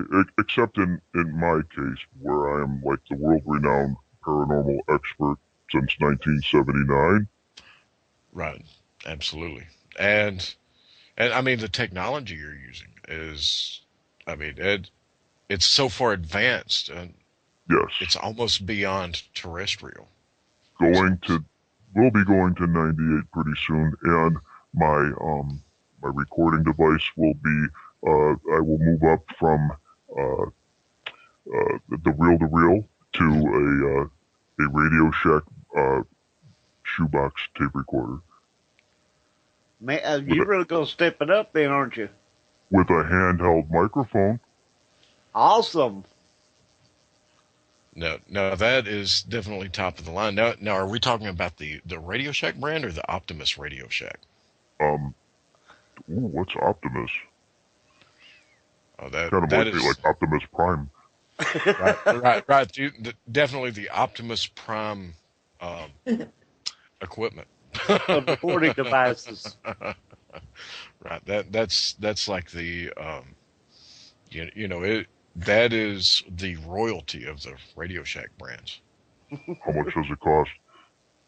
And that it's like an extra $9.95 plus Ooh, shipping and handling if you get it off the site. That's tough. I'll have to do some belt tightening on that. I can't get a belt on, so. Okay, y'all, this has been a blast, but we're gonna have to shut this thing down. Oh, okay. Your Eminence, thank you so much for calling in and sharing your wisdom with us. We always look forward to it. Oh, you're all very, very welcome. Karen, I'm so glad that you stopped by, and please stop by anytime you want to. We love having you. Everybody else, thanks so much for being here. Thanks for all your input. Everybody that called in, and we will do this thing on the 31st. We're doing our New Year's blast. It starts at 9 Eastern, and it's going to run through the countdown into the new year. Frank, I really appreciate you filling in for Betsy. Well, I appreciate you having me. I mean, I know I'm not near as good looking, but I try to hang in there and do my best. Anna, nice talking thanks to you, for Frank. calling in. And thank you. Thanks for having me. I mean, if I overlook anybody, you just have to forgive me. I'm trying to thank everybody and anybody and all my fans. Thank you to myself because I'm so awesome. And but anyway, we will do this in 2 more days. We will do this again, and we're going to have a big time. We're going to have fun. We don't have a particular topic. It's just going to be a New Year's party. Everybody just call in, chime in, talk about whatever you want to, whatever makes your stomach roll. We're just going to have a big time and a lot of fun. And Frank, you be sure to call in and join us on that one if you can. I will definitely try and make an appearance while I'm out. Will you be here New Year's Eve? Mustard Seed was asking if you was going to be here, Frank, for New Year's Eve. So you done made plans. I've got some plans, but I'm sure I can call in for a few minutes while I'm out. Well, that's awesome. It's been, like I said, it's been a load of fun. It's been a lot of interesting conversation. I look forward to seeing everybody on the 31st. And the ones that I don't see then, when is our next date? Let me get my new calendar out here. I hadn't looked at it yet. Your nude calendar? Yeah. For 2015. Oh, I thought you said nude. I might have said that. I don't know. It'll be on the 5th. Okay. On the 31st, and then our next regular show will be on the 5th of January. So everybody be sure to be there, be square. And we're going to shut this thing down. We'll see everybody in a couple of days. Good night. Good night, all. And if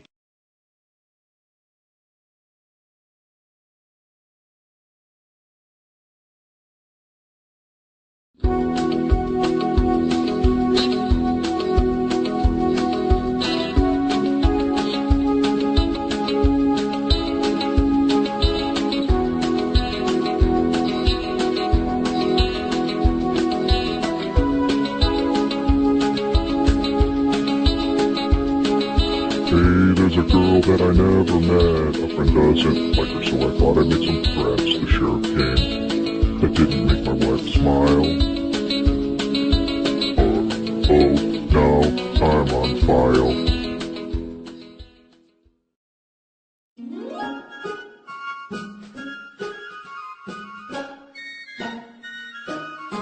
Well, my pictures online are insulting, and the claim they are real is revolting. They're like the wind outside, you know. They all blow, they all blow, they all blow.